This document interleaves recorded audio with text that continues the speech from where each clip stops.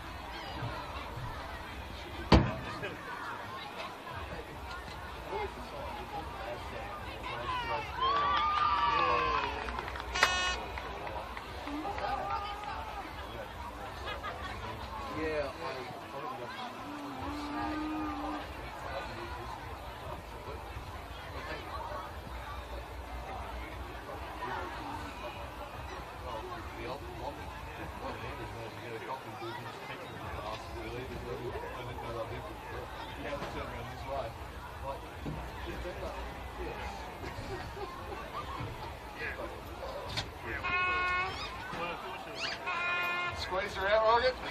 Yeah. Stressful one. Gave up smoking today. Take it up again, let's step it up.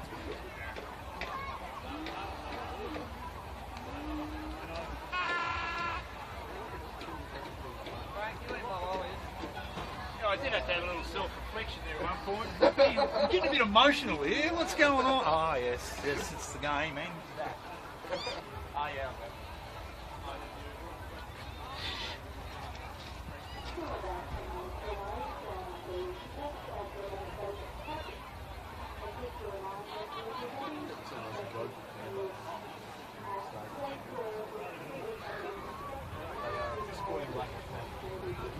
Well, I did watch the 2012 he set a correlation when Lee's getting a halfway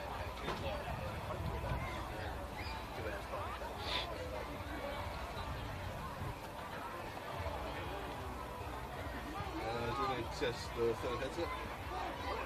Say it again, sir. Do we need to test the third headset? I've tested. All good? It should be good. But if anything, just watch me. I'll tell you if anything is new.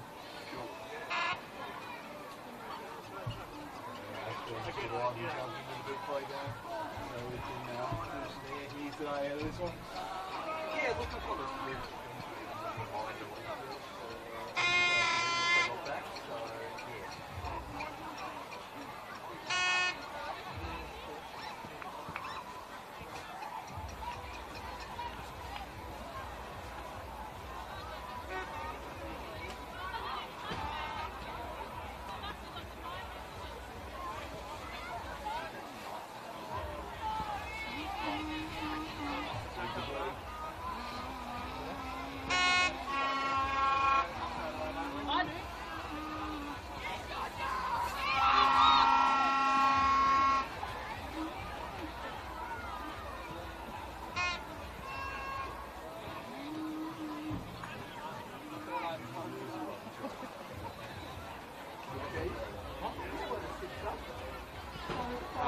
FI, essentially. And we assumed it was something like that. Yeah, so FI for Australia, 100% easier for us to acquire across Australia. Rather than just do it for one. Surely you got to wear a jacket. Yeah.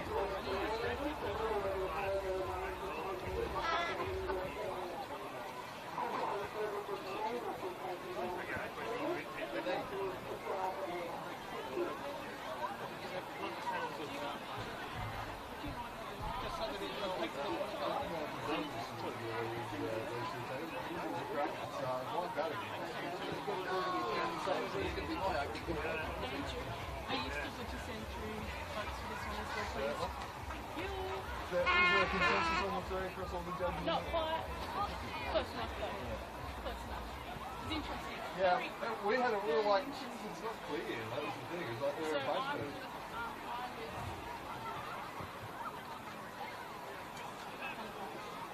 yeah, can she play on that?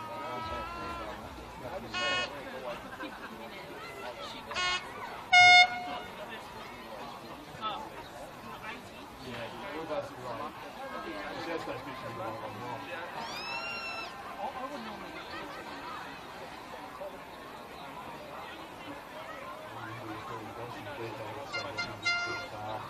How'd you get one?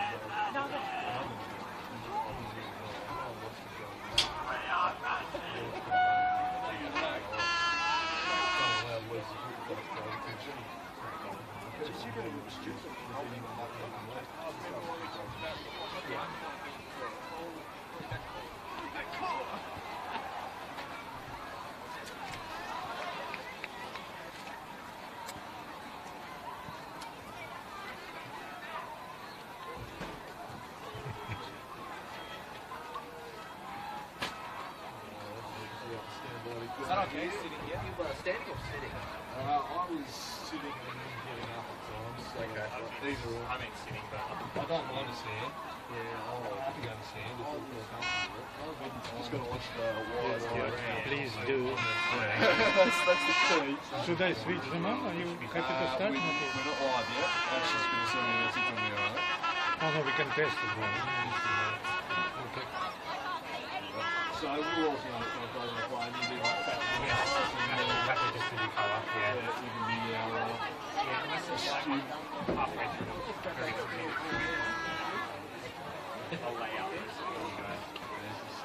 We take the rest of the teams and formation and all that, so you're always on top of. And so then when you go, just all this thing. Yeah. Not this one. Same one we use when Yeah, yeah. footy, so it's all good.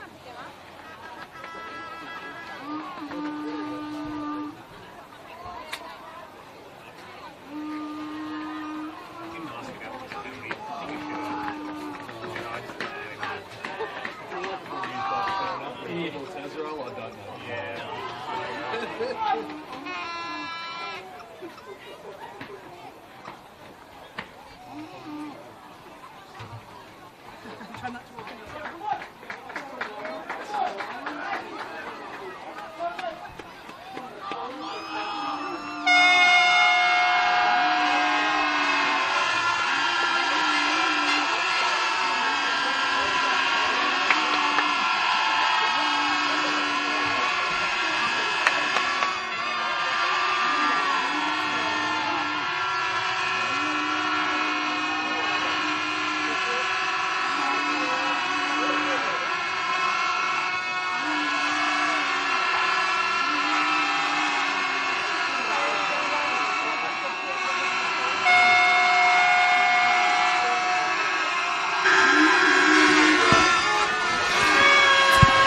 Well, good evening and welcome to a loud and rowdy Lightwood Park for what will be a big Lakoseljac Cup final between the Kingborough Lions and Glenorchy Knights, perhaps the two most vocal fan bases in Tasmanian football, going head to head here in the decider.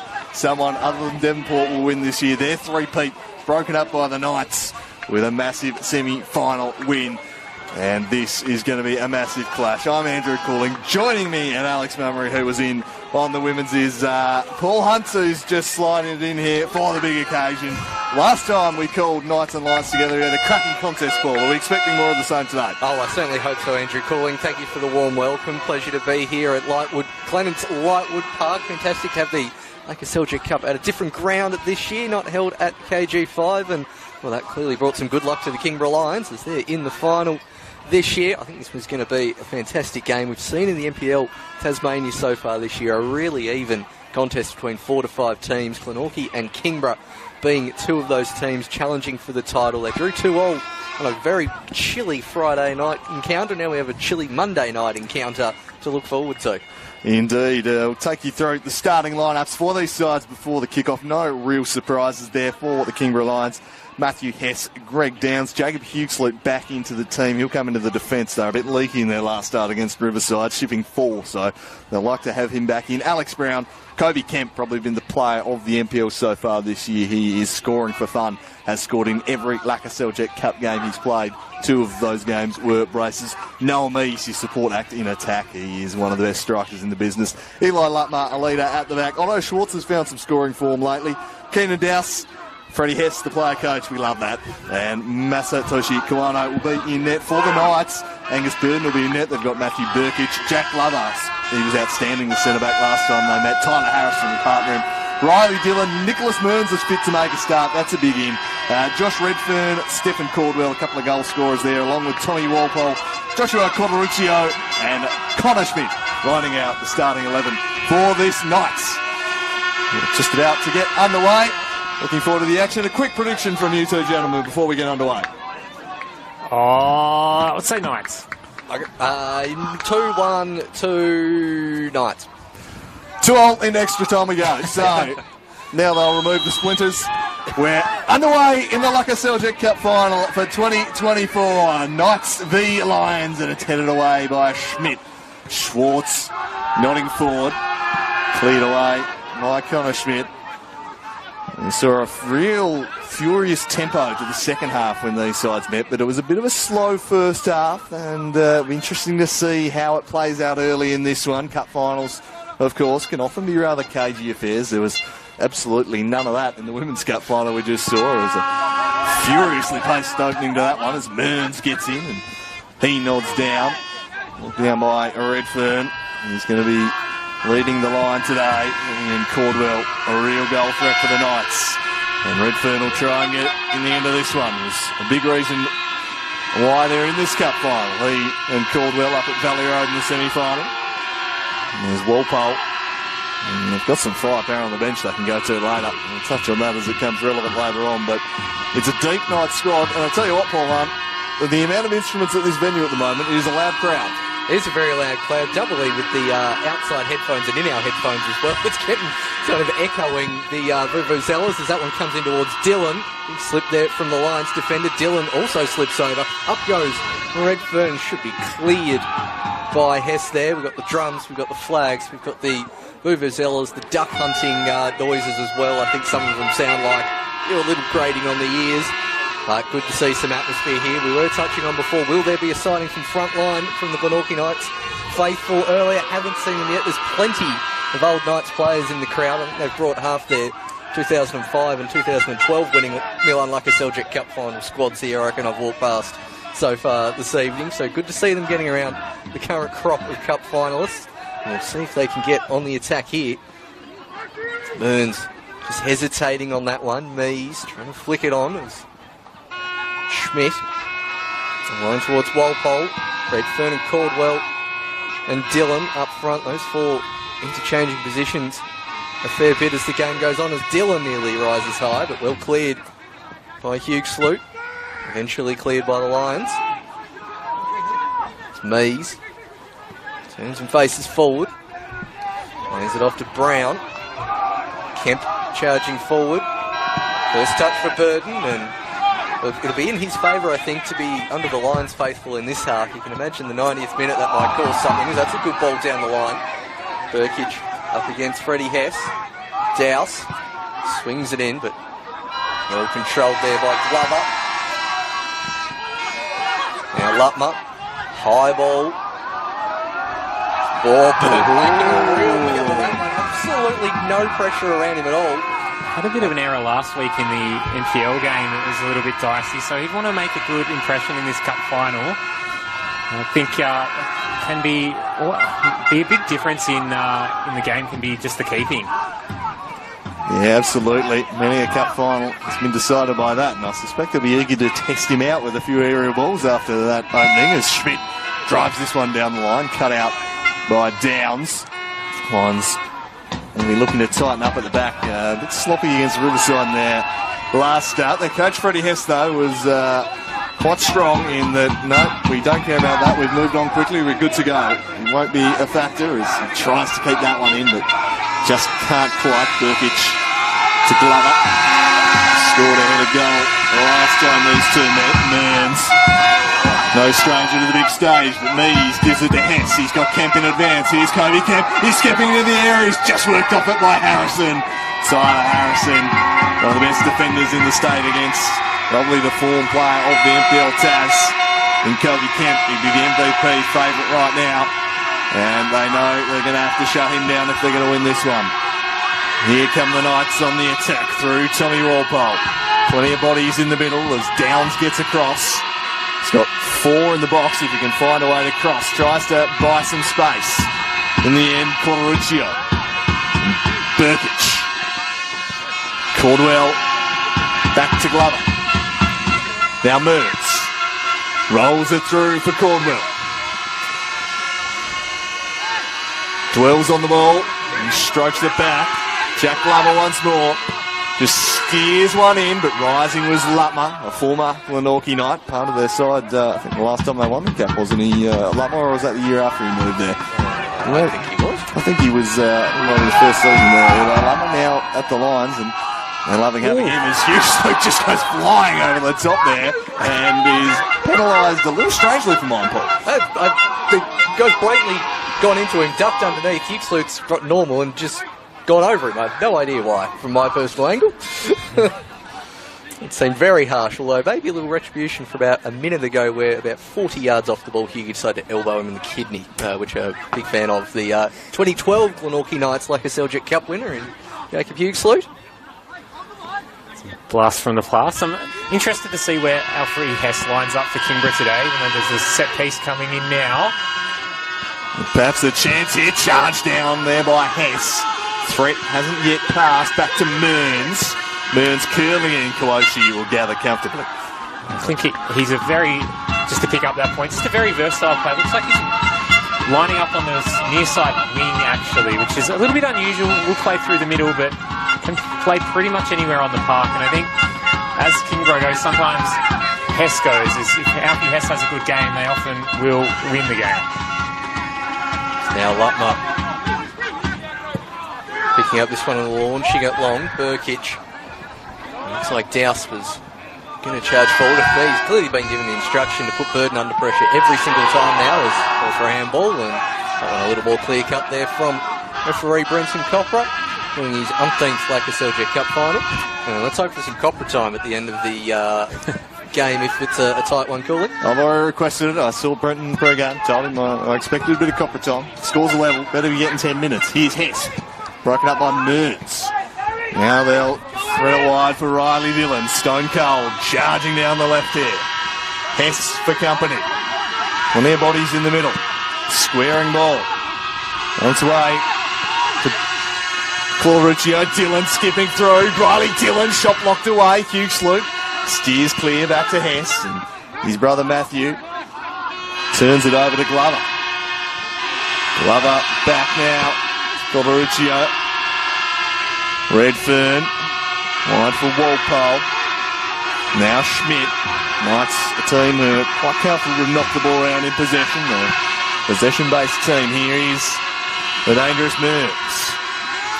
Riley Dillon looking to take on Lutmo. Whisks it away from him. Glenorchy just starting to get a little bit on top in terms of possession and just trying to play around the back and spread it out into these wider areas. Burkic, back to Glenorchy. Just out of the reach of Mearns, but he'll get him on the second bite of the cherry. That one looking forward to Dillon. Falls through towards Riley Dillon, and grazes just beside the rear far post, but offside given by the assistant referee on the far side.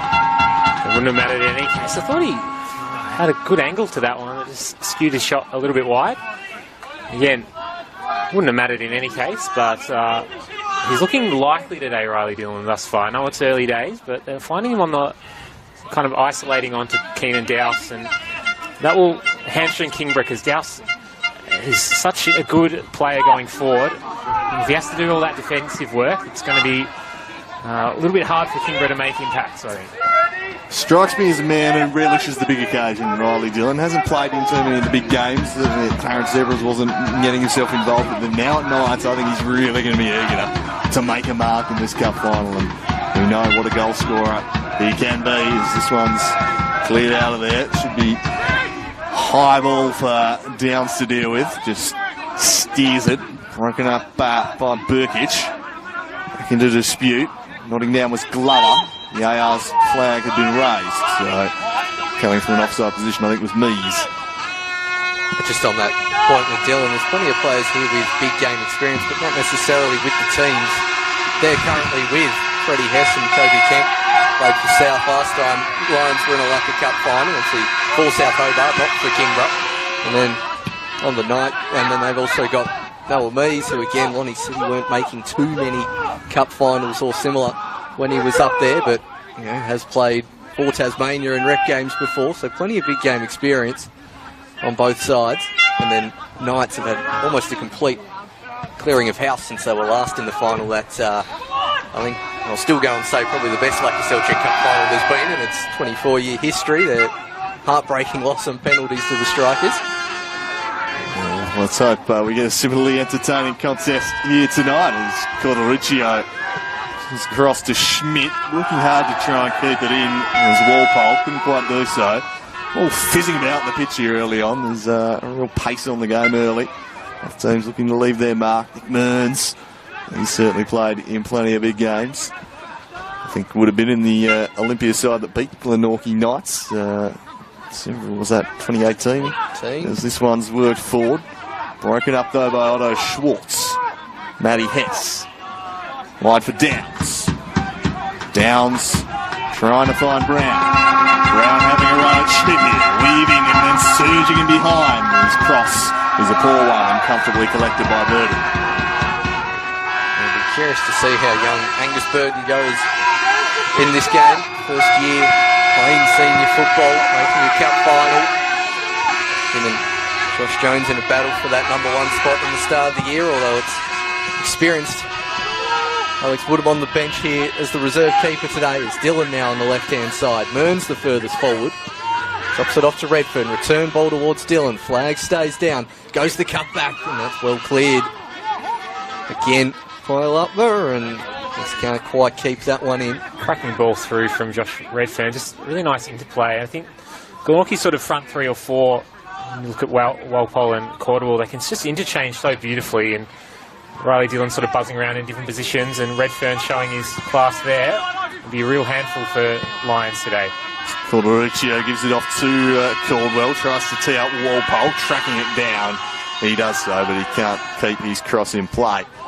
So Knights doing the bulk of the attacking early on here.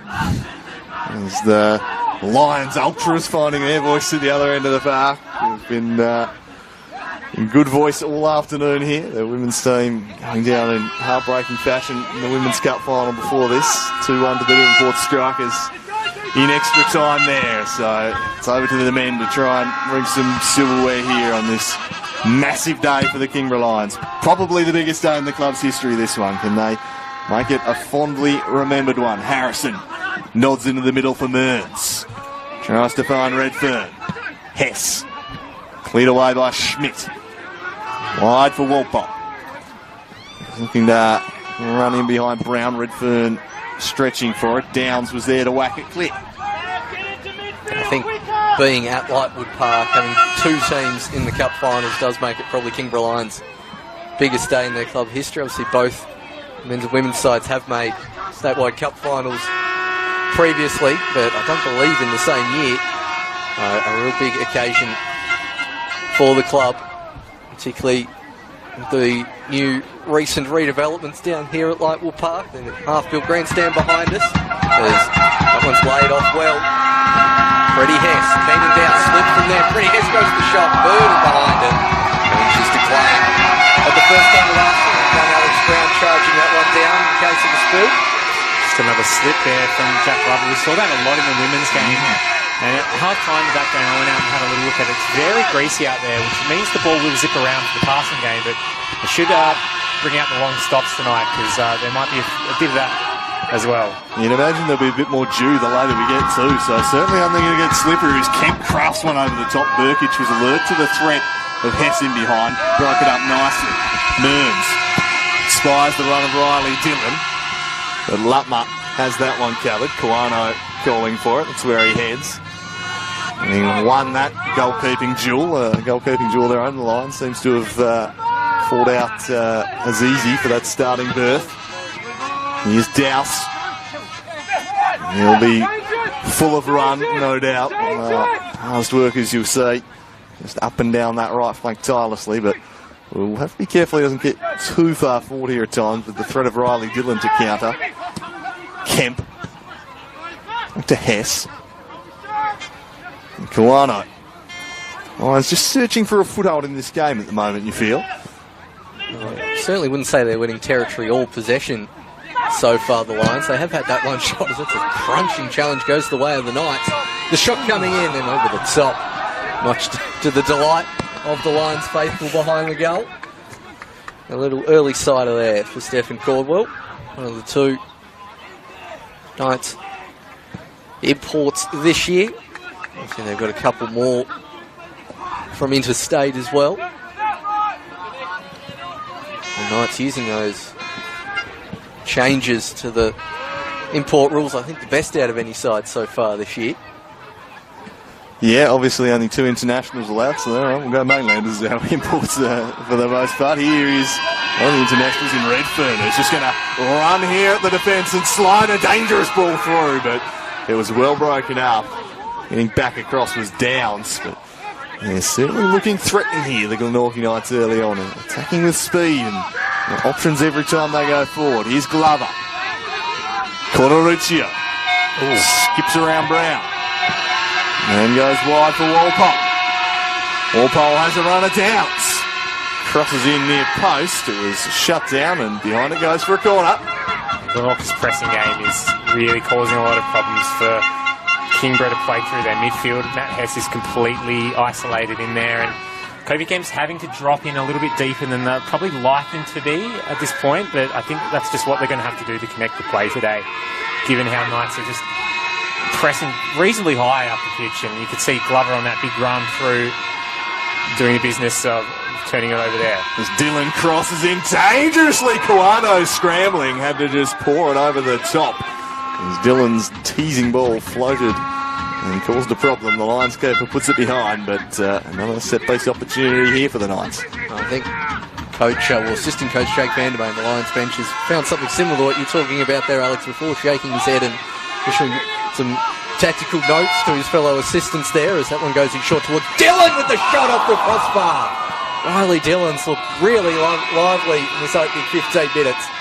Thunders that one off the bar. Knights keep it in play. Back all the way to Walpole. Now out to Mearns. Touches a bit heavy, but he'll keep on it once. No one appealing for handball. It's Mees. Brings it back. We're not really going anywhere there from Schwartz. But Knights might feel a bit aggrieved not to be 1-0 up here already. Thudded into the crossbar there, Riley Dillon, and they're well on top at the moment. Certainly in the NPL meeting between the two-all draw, the Knights felt in that first half like they were really on top of that game, and then the Lions came to life in the second half, but it was a bit of a slow start that night too from memory. It was just a slip there. Surface has caused a few problems for players, as we noted. Mearns, Dillon, taken away by Eli Lutmer. Hess to Douse, and always a picture of composure at the back is Eli Lutmer, and that one flicks into the path of Hess.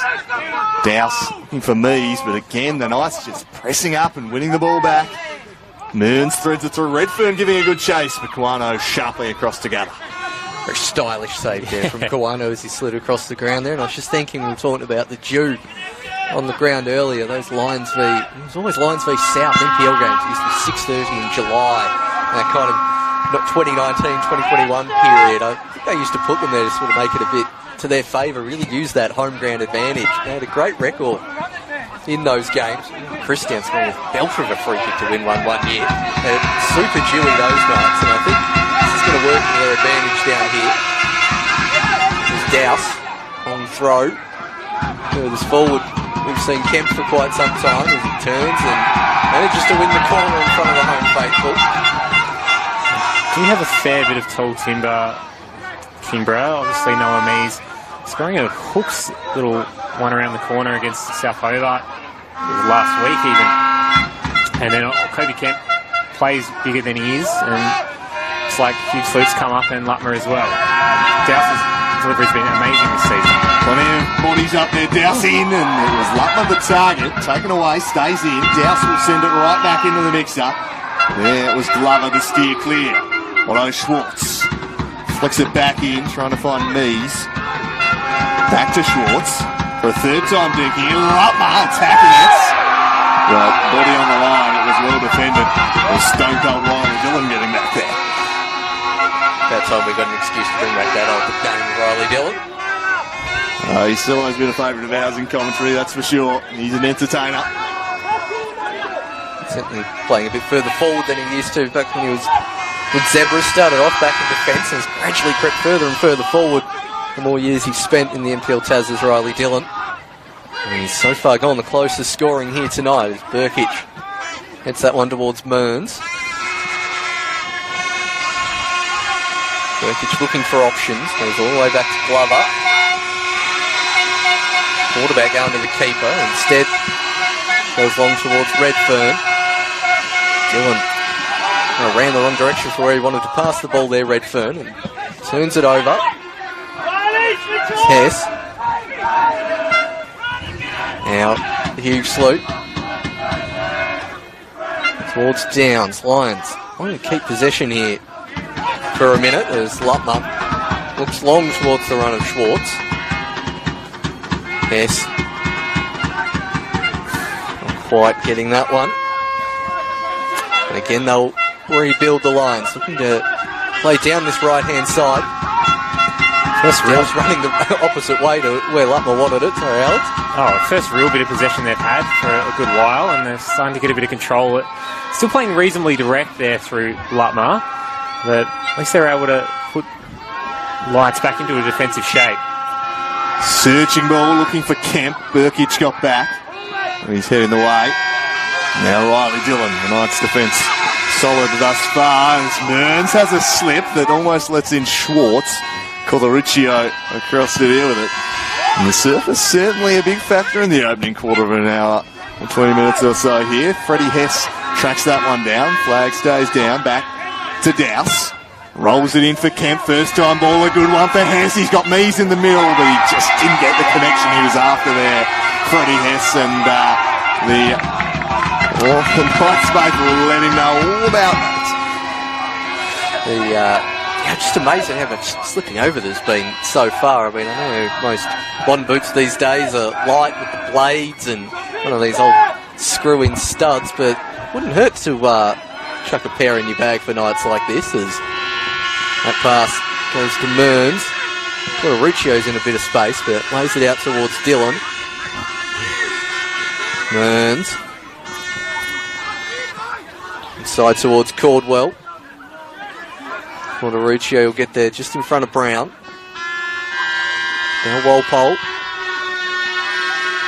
To Collaruccio. Schmidt crossing this one in centrally. Should be easy for Lutmer. Back to Mearns. This time, player coach and Freddie Hess will see that one out for a throw-in. Good to see Mearns starting here tonight. It'll be interesting to see if he plays a full 90 or potentially a full 120, but if you can get 70 minutes out of him, I always think it's worth starting him. He's just been so injury plagued down the years. We know what a star he is when he can get a full run out, and he looks to get on the end of this one, but Douse try and shield it through it. Might not have enough pepper on it. It didn't, but handled the situation pretty well. Clears it up towards Mees. Good target man work there from Big Noah. Brown releasing. Kobe Kemp now making a bursting run. As the Lions look to charge for Collaruccio. Tracking Kobe Kemp here. He turns back onto the right. The Lions skipper. Down the line he goes. Finds Brown. Brown crossing in. Tyler Harrison stooping to head clear. In the middle they go. And look to get a counter-attack going. Good advantage played by Brenton Coppram. Mearns through now for Caldwell. Caldwell charging through the middle. He's still going. It's Stefan Caldwell. The shot block on the way to Burkic. Puts it over the top. And very nearly the opening goal. That was nearly one of the goals of the ages there from Caldwell. And then he's really got to be doing better with that chance. I think it just came as a bit of a surprise to the Knights winger. But really, no excuse leading back on that one. I think that should be 1-0. It was Walpole, my apologies too there, not Burkic. Don't throw him under the bus. It was Walpole who probably could have done better. 2 good chances early for the Knights here. And now perhaps an opening at the other end, but there actually is Burkic and he buys the free kick. Yeah, very well to buy the free kick there as Burden thought about going for it and then very quickly backpedaled. Burkic done very well there, and that's not a great free kick. Straight to Kobe Kemp, who's going to line this one up. And similarly, off a good shot from Kobe Kemp. So we're talking about the vocal crowd here, just in terms of quantity as well. A fantastic crowd here at Lightwood Park. Always been curious how many you'd fit in down here. We briefly saw it when South Hobart played the Mariners down here a few years ago, and there's probably a similar, if not bigger, crowd here. Use the Twin Ovals footy ground car park as well, as Kobe Kemp tries to swing that one in. Burkic under pressure. And Freddie Hess once again. Can't win either a free kick or find a teammate on that occasion. Kingborough just working their way nicely into the game now. Just able to get a little bit more possession, I think. A real key is going to be Noah Mees. Just getting a little bit more on the ball. He's not just able to just present a little bit more and get these little one-touch passes off, and they'll look for, well, almost in his direction. He'll press that ball now. And we'll just come to Douse, but you can see Kingborough just starting to look a little bit more comfortable. Nick Mearns tries to combine with Dylan. Glover. Ian Harrison, outstanding centre-half pairing at the back for Knights. It's in the one real staple under James Sherman era. Very solid defensive foundations in which everything is built. Mearns slides it across to Dylan. He'll have a run at Keenan Douse. He drives to the byline and crosses in, but he didn't get that one right. And over the top. It's a hand up in apology there. I think plenty of bodies up in the box, though, the Knights, when they do attack. Well, certainly getting, particularly in the middle of the park, they're making sure their front four plus one of the centre mids are getting up in attack at all times. Sometimes it's usually Mearns. Corderuccio tends to be playing the holding role a little bit more. But they're not afraid in this opening few minutes to get bodies forwards are the Knights, as they're under a little bit of pressure here as Corderuccio uses his body well against Kemp. Dylan, this time ball. As far as Hess getting stuck in. It's Corderuccio again. Now it's Schwartz, Brown and Mees on the left-hand side. It splits them, finding Schmidt, who, on the contrary, hasn't been as far forward as we've usually seen him in other games. That game we did in the NPL, he was tucking in from right back almost into centre mid at times, and this time is when we stayed out on that wing as Alex Brown throws the step over and tries to go around the outside. It's been a bit of a change this year for Knights in that respect, with Adam Gorry really hugging the sidelines and Schmidt now a bit more inverted. It just gives him a different dimension back there. Of course, no Gorry here today is Kemp. Threads it through for Hess. Goes back to Kemp almost, but well broken up. Dylan trying to spring Caldwell. It's a delightful ball, but Kawano was alert to it off his line. Clears away. Hess works hard to get there first. Keenan Douse. Schwartz.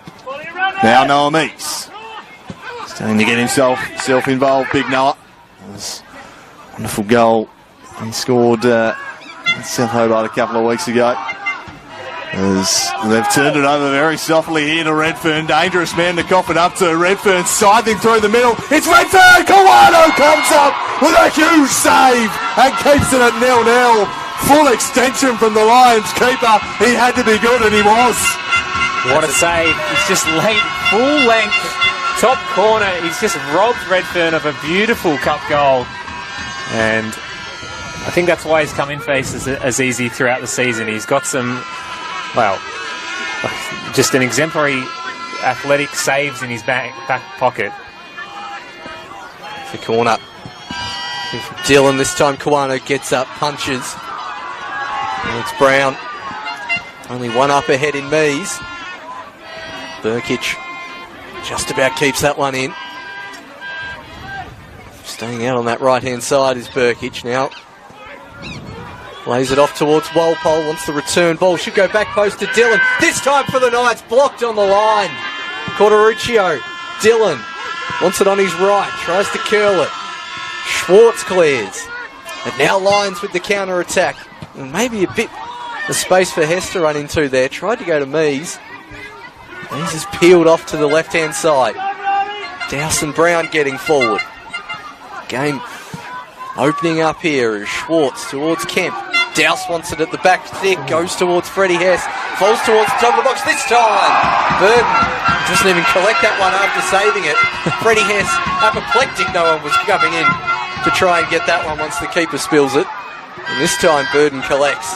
Chances at either end, Andrew Cooley. Well, breathless stuff there. Brown just firing straight at Burton. At the other end, Eli Lutmo with a crucial block as Knights have 3 times come really close to scoring now. They've hit the crossbar.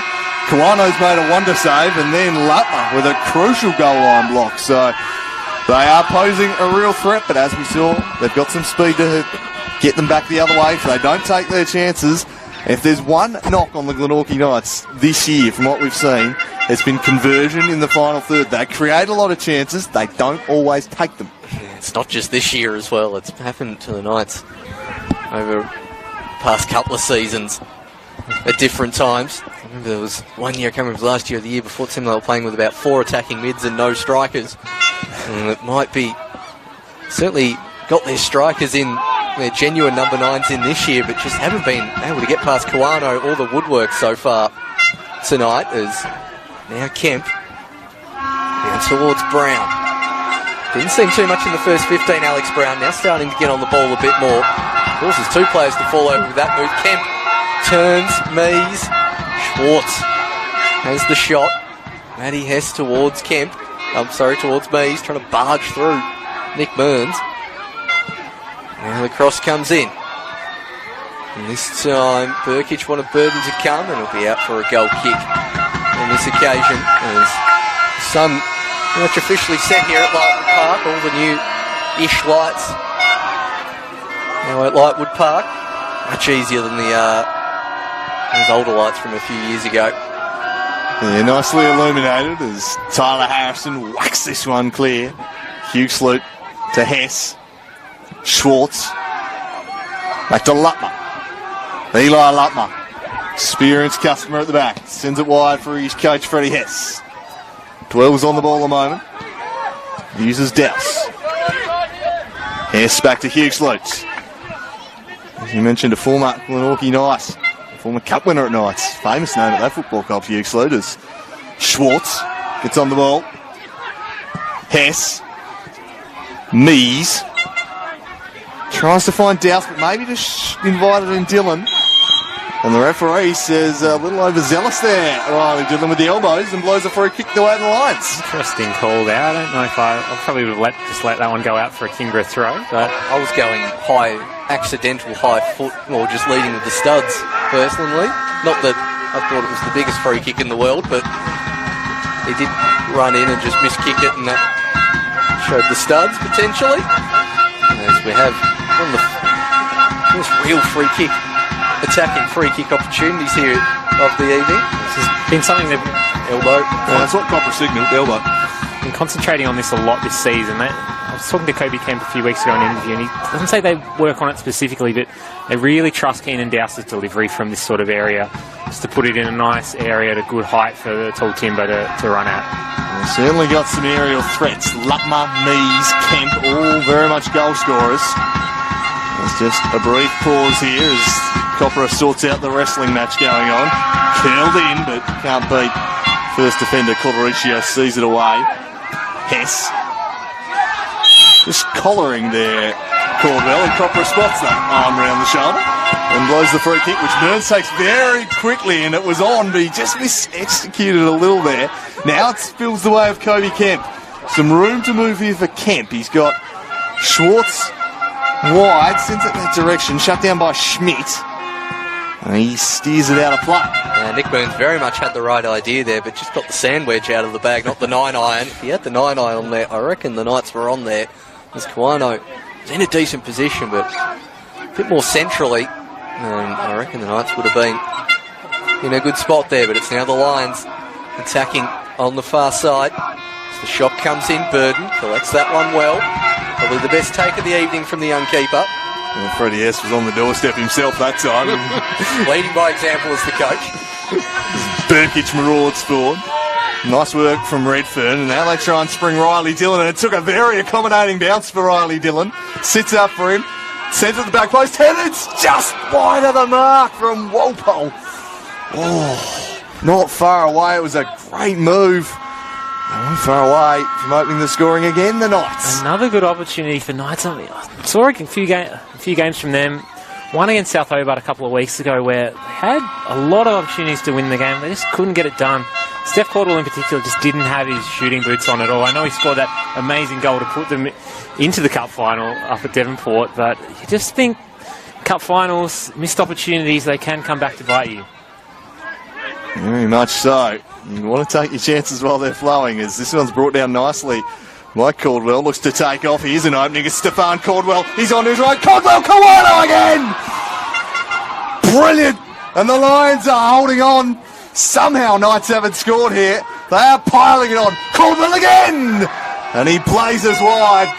And you sense the frustration's going to start to build if they don't take one of these chances soon.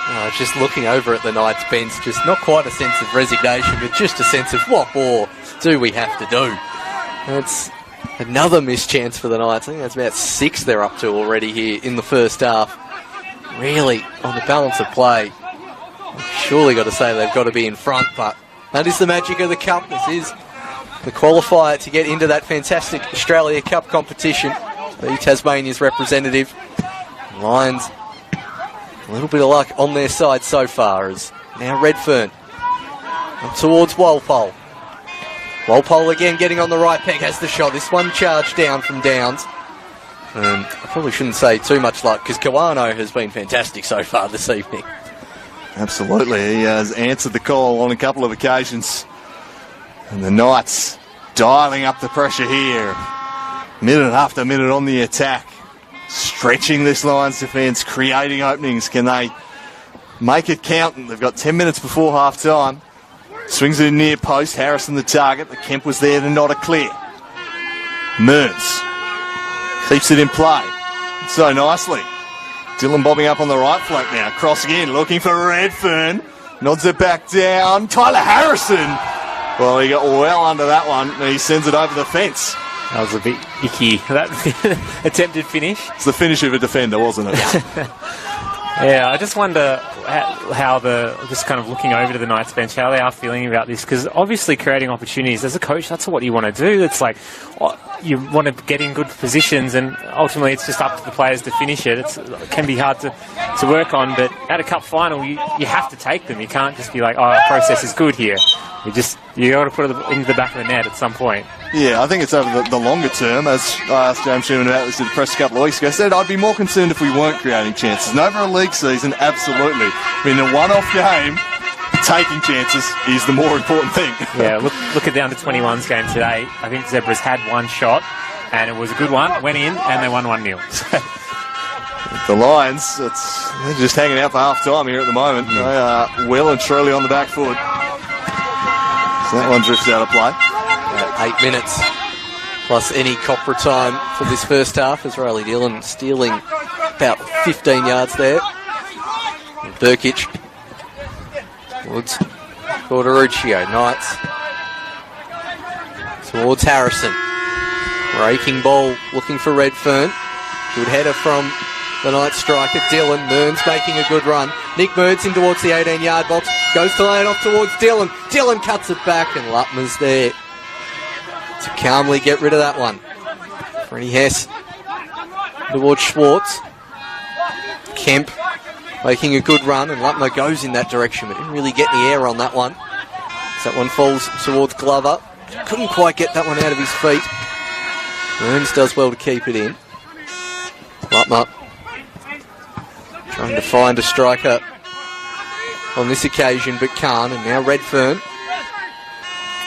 Lovely bit of skill on the touchline from Redfern. Burkic going forward, goes in that direction, but just out of his reach from the left back. Furthest we've seen Burkic get forward here this evening. And again, Knights still can't quite use their territorial dominance to convert into a goal here. I'm loving Redfern's game at the moment. He is looking pure silk out there at the moment, linking up beautifully with his fellow attackers. And he's just a cut above in terms of the class he's offering, as that's a great ball from Schwartz as he springs Brown in behind here. It's Brown running at Schmidt. Alex Brown, shot charged down by Schmidt. Behind for a corner. Again, Alex Brown, we've just seen him, not necessarily in the game for the first 10 minutes, then does a couple of lovely things, out for 5 minutes, back in for 10 minutes, had that good shot with Angus Bird, and now winning another corner. Keenan Dowse to take the in-swing up. I reckon he'd prefer them on this side underneath Angus Burton. Put this right underneath the keeper, right in Olympico territory. Dowse goes towards the near post, plenty of tall timber there, and it'll be a goal kick. Not that. The Lions Ultras agree with that decision, would you believe? Shocking that they would be in disagreement there. As it was Mees and Glover battling at the near post. Corderuccio broken up by Dowse. Hess back to Dowse. Now Kemp. Corderuccio doing a good job just nullifying him so far.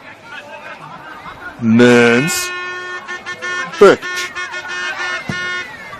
Sends it long in the direction of Lutmer. Hugesloot. Schwartz. Mearns. Now play for a throw once more. It's just struggling to get Steph Caldwell on the ball here. They aren't linking their defensive midfield into their attackers as well as they'd probably like. It's very direct up to the wingers, which is fine. They've got Riley Dillon and Josh Redfern up there doing a good job, but I think they would just like to be playing through that midfield just a little bit more than what they're doing right now. So the Lions press up here, try and condense the field, and Burkic just blasts it long. Hugesloot parked back behind the ball there. Caldwell nods it back to him, and Hugesloot will retreat back to his keeper. Kawano out to Brown.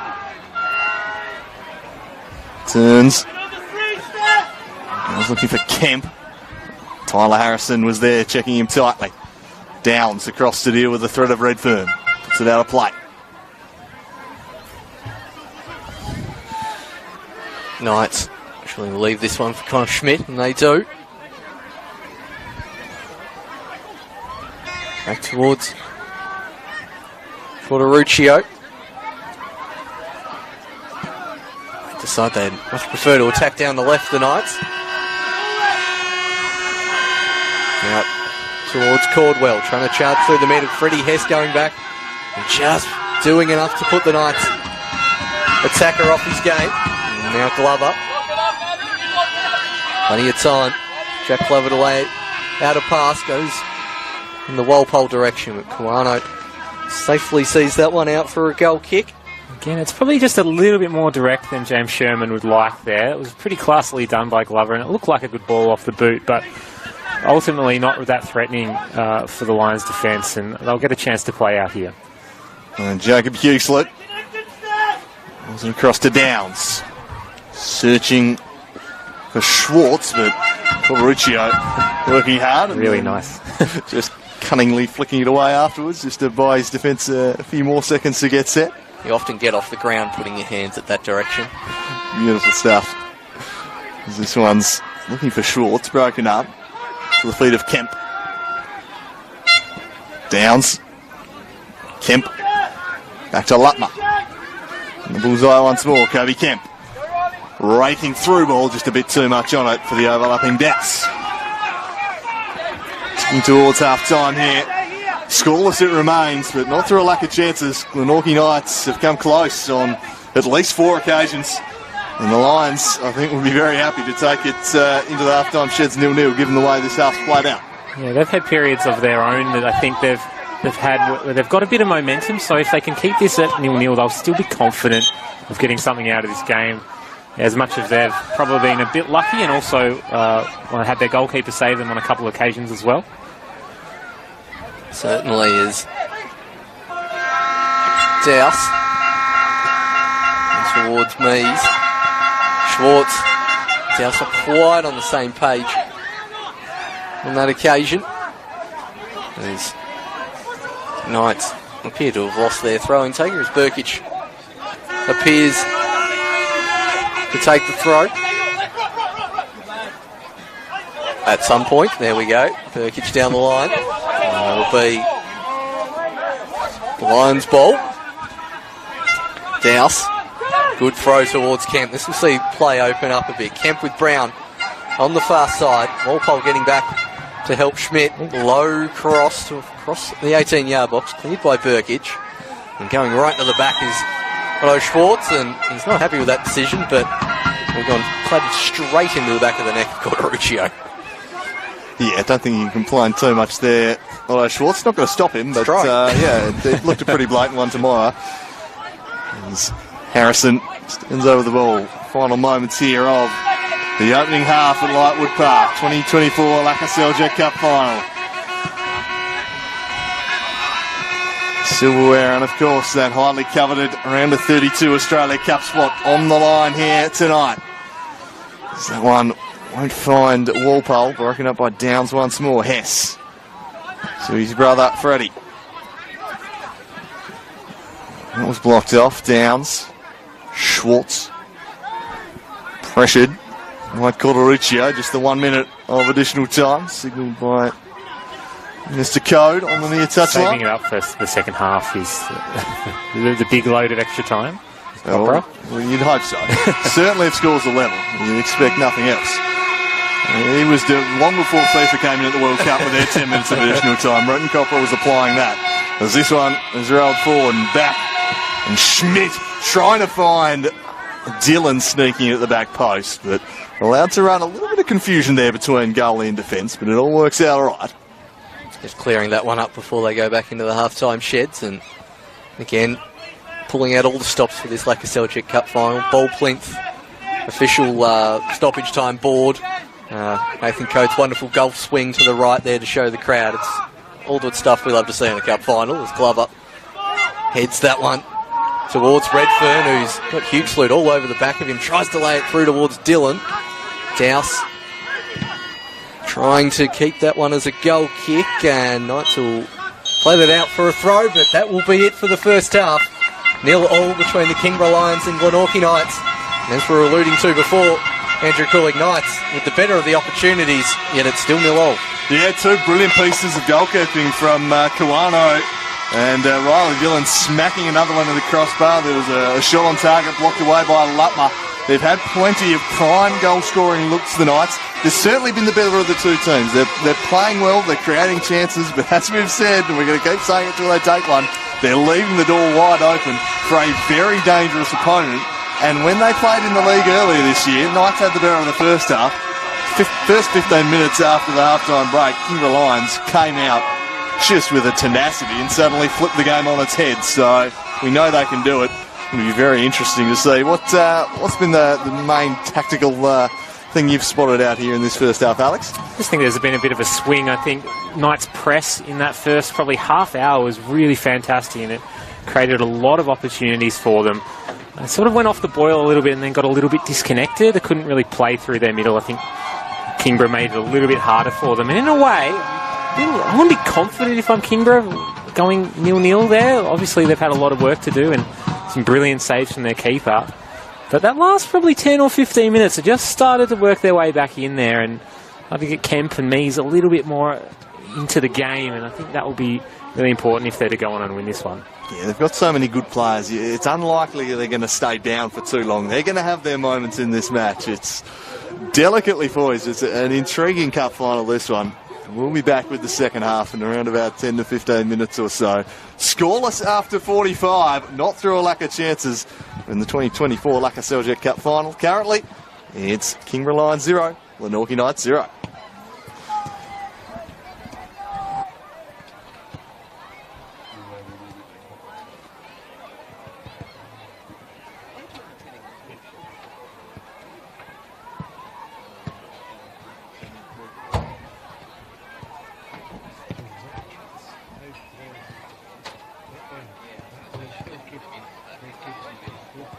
anyways.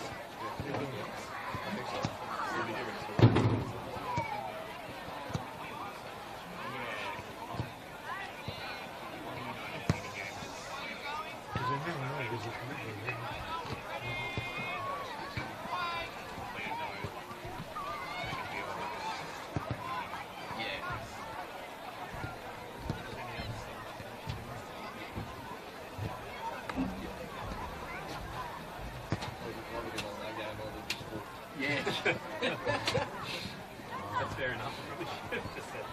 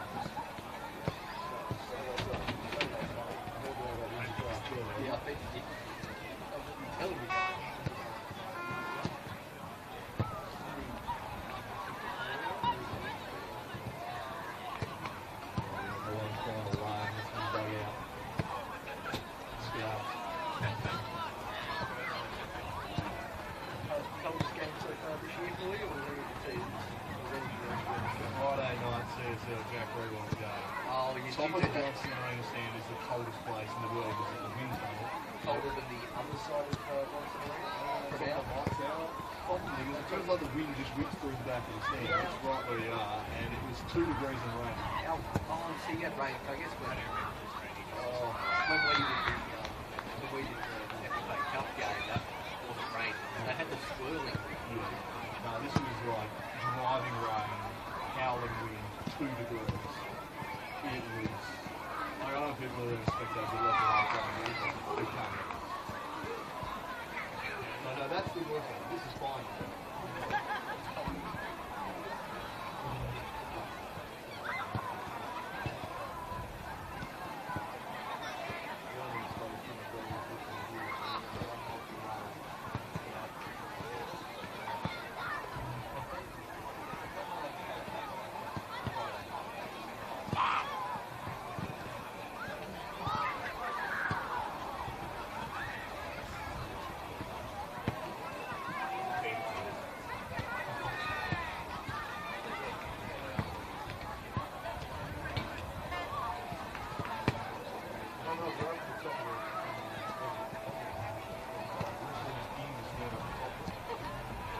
No protection anyway. It's just out there.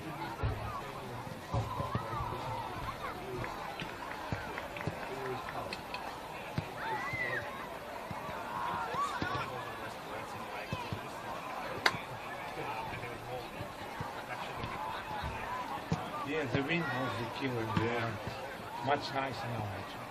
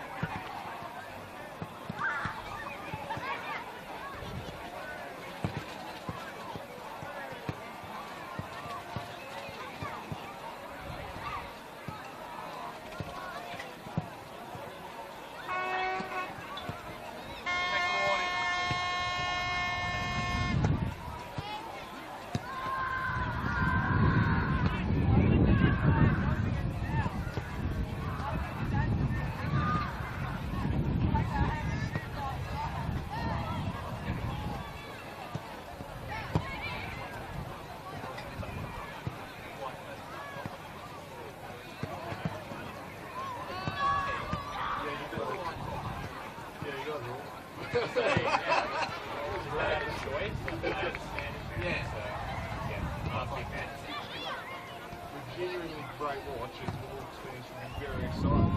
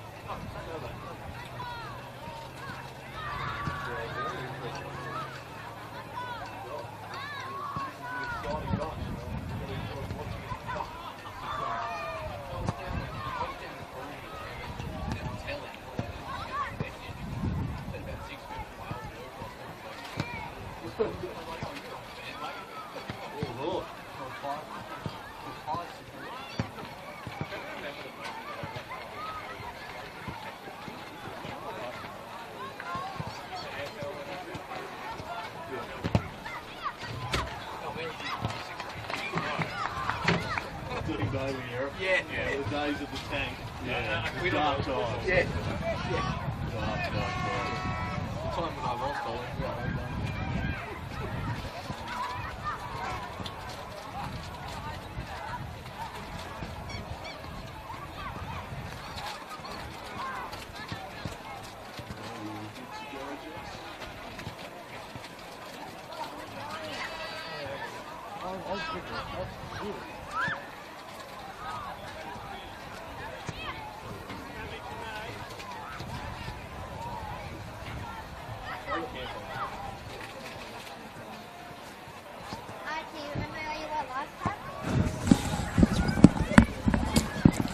So welcome back as we approach the second half here from Lightwood Park. Scoreless after 45 minutes.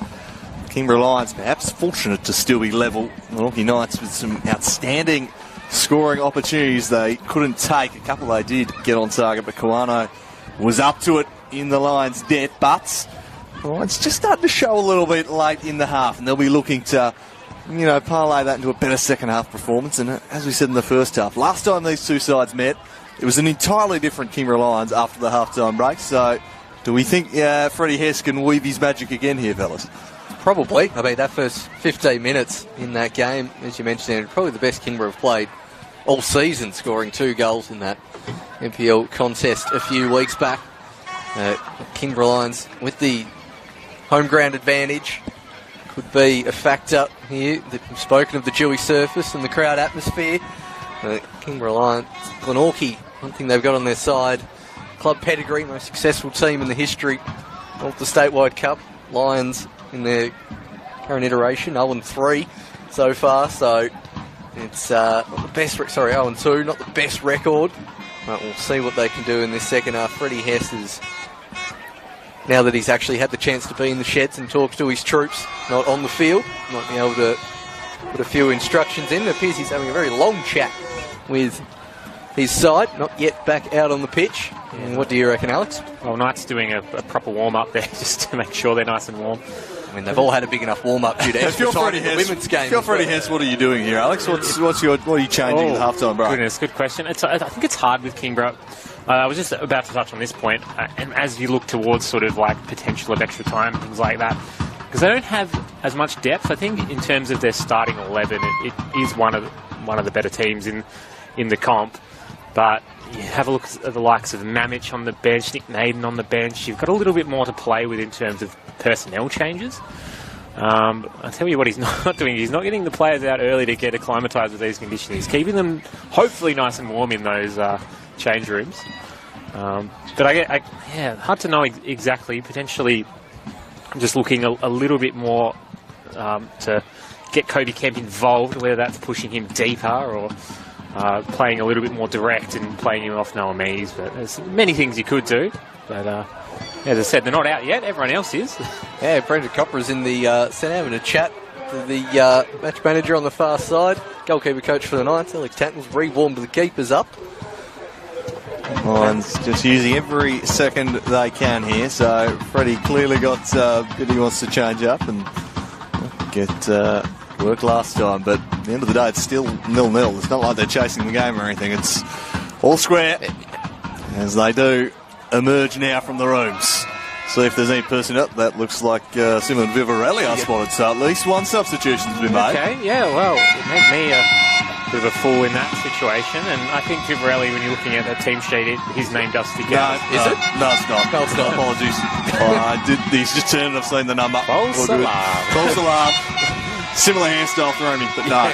I thought I saw him warming up at half time. I was like, oh, interesting, he's gone in the sheds. But no, all good. But as we said, all to play for here, and I just think extra time in the women's game. I'm feeling it might be extra time again in the men's. Could be the theme of the day, perhaps, as we're off in the second half of the Lakoseljac Cup final. A raking ball, trying to bring it down. Riley Dillon came so close to opening the scoring when he rattled the crossbar in that first half. It was a lively first 45 minutes. The man known as Stone Cold. Glover in the middle. Kemp trying to spring Brown. It's a wonderful ball from Kobe Kemp. Brown one-on-one with Schmidt here. Weaving one way and the other. Schmidt sticks to him, rolls it through for Mees. Rolling it now, it's a chance for Hess. Turns back onto the right. That allowed the defensive. Brown! What a start to the half of the Lions! It's Alex Brown with a goal in the opening minute. And they have found the breakthrough. For 45 minutes they held on. The Knights squandered chances. And boy have they made them pay in the early going here. 1-0 to the hosts. Thought that came out of almost a little bit of nowhere, but it was a really good run from Alex Brown to sort of get that attack moving. Alfred Hess sort of got pulled back, and for half a second I thought maybe a penalty in the offing. Doesn't matter, gets it back in the mixer. Brown, counter press, and that's why you keep working as soon as you lose that ball, because it falls to his feet and he tucks it into the top of the net. Really nice little powered finish. Yeah. It's a good finish, knowing the keeper's not the tallest in league and probably going to go down and to try to smother the ball as well from such close range. So to put that in the roof of the net, fantastic work from Alex Brown. Moved over to the Lions from South Hobart. And now has a goal in the cup final. 1-0 Lions within a minute and a half. As the Lions get back on the attack. So there's about 5 ultras who know the Alex Brown shout, but there is an Alex Brown chant. There's Harrison towards Schwartz. Harrison again. This time, Riley Dillon operating on the far side. Gets back on the right peg. Both the Knights attackers push further up. Now Corderuccio. Hess. Back towards Schwartz. Brown couldn't quite find a teammate there, but we were talking about the potential need for subs, and it's a good thing a lot of all the Knights well-known ones on the bench are attackers, because they might need them soon, with Nick Naden and Eto'o waiting in the wings. Tony Mamich as well. Theodoru, they've got some quality on that bench, as Alex touched on in half-time break. They do have the depth advantage if this does go the distance. I haven't seen any of them warm up yet, though, all firmly perched on the bench. Yeah, almost not expecting that just to come straight after half-time, and maybe it was just the almost mind games leaving Knights out a little bit longer in the cold and getting them caught a bit flat-footed as Mees goes forward again. Back towards Burton. Not the greatest clearance as Corderuccio helps that on to get it out of the way of Schwartz. And now Burkic. Attacking the left back. Tries to find Dillon. who just about keeps it in. Falls towards. Nearly falls towards it with the back post of Caldwell. Now Schmidt. Puts his foot on it. Holds it all the way back to Glover. Nurkic again. Likes to pass rather than dribble forward this time. Corneruccio. Now the Knights. Through Glover. Now towards Dillon. Back onto the right peak for Dillon. Looks to try and find Walpole. Now Redfern. Mearns.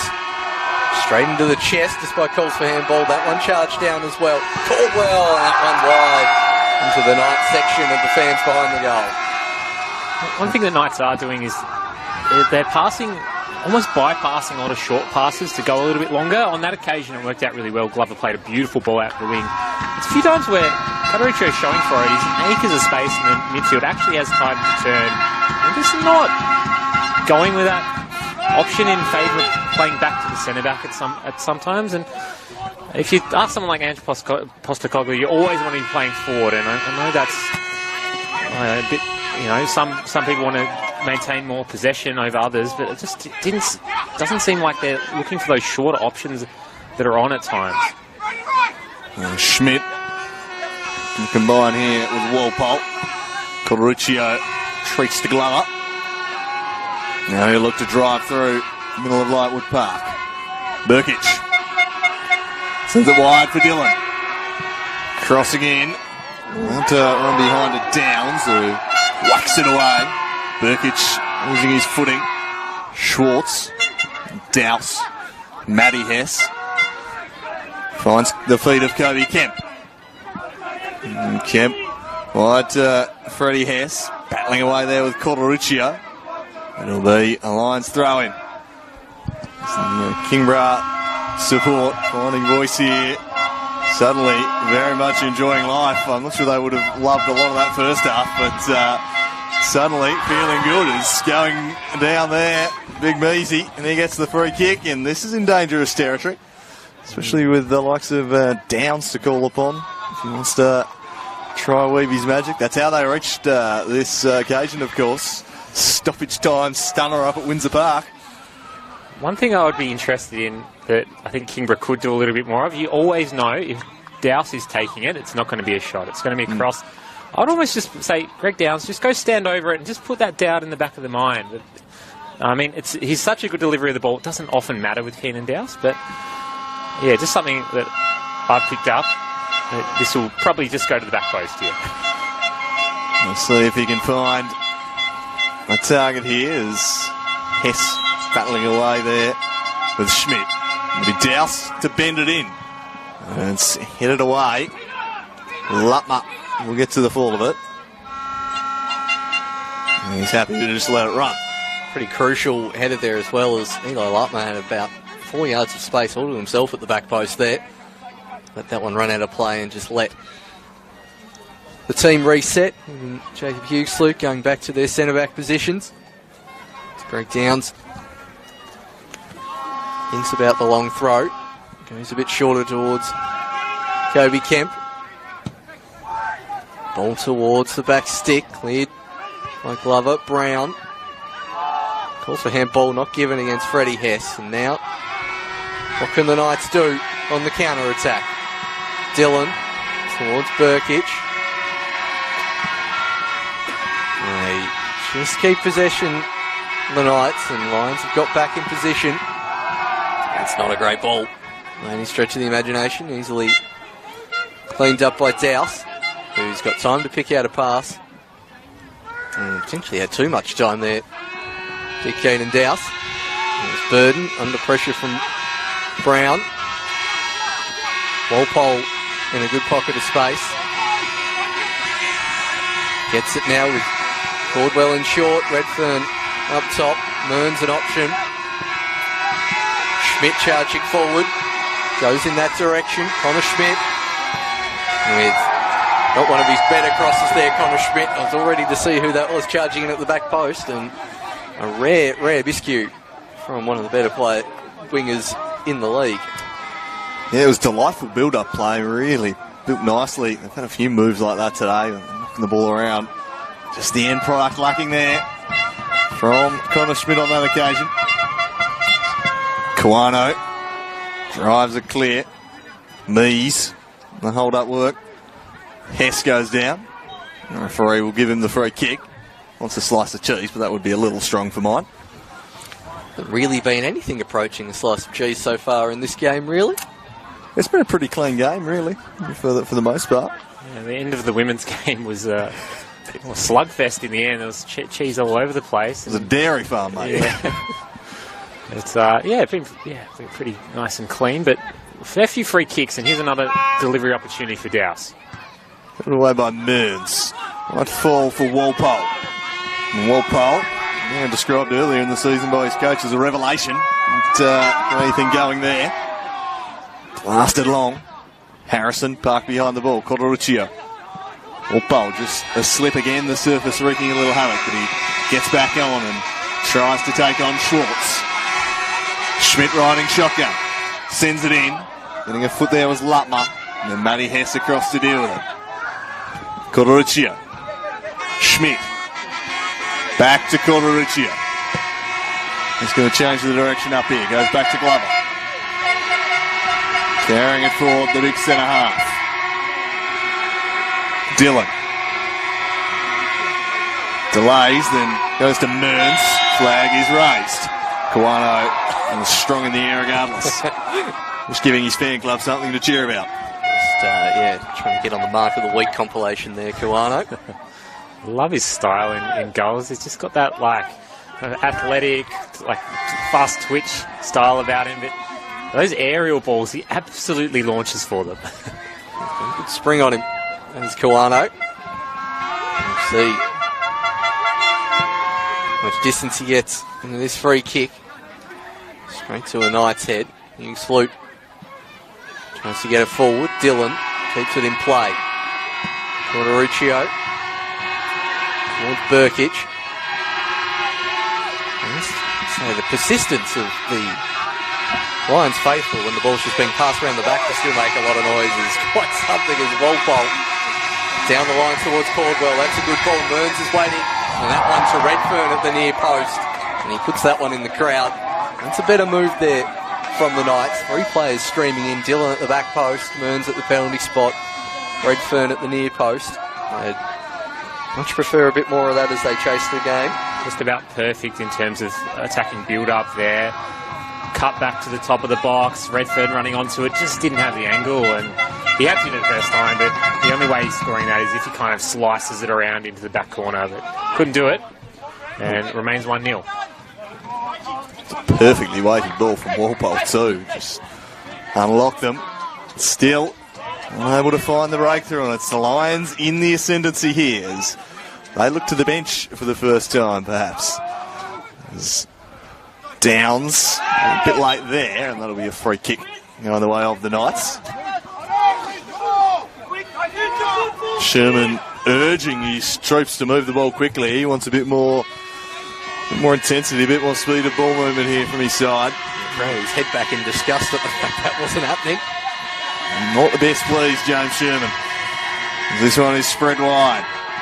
Riley Dillon with a heavy touch. Lets in Douse, who closes it down. It'll still be a Knights throw in though. Just spying a little bit of movement on the Kingborough bench. Looks like maybe the shape of Eli Wright getting ready over here. And we'll make that change momentarily. The ball's in play. The Lions, Vuvuzela Army just starting to spark up again. Downs gets his foot round it, but played it straight to Schmidt. Glover. One for Dillon, but it was a poor ball cut out by Keenan Dowse, who tries to spring Noah Mees immediately. Straight to Tyler Harrison, though. Experienced customer at the back. Codoruccio. Redfern. Flicks it up for Caldwell. Decided not to contest. Let Lutmer go for it. Silk from Schwartz. Didn't have a passing option he liked. Just left it short for Matty Hess. Now Greg Downs. Noah Mees flicking on. Cody Kemp brings it down with his chest. Mees Back to Downs. Falcons himself there, Glenorchy. Walpole can't get around the experienced Greg Downs again, and the Lions will make that sub.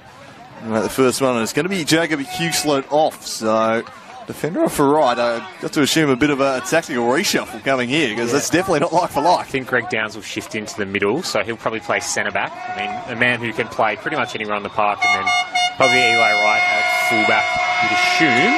Looks like they are sort of shifting over there at the moment. But yeah, it must be...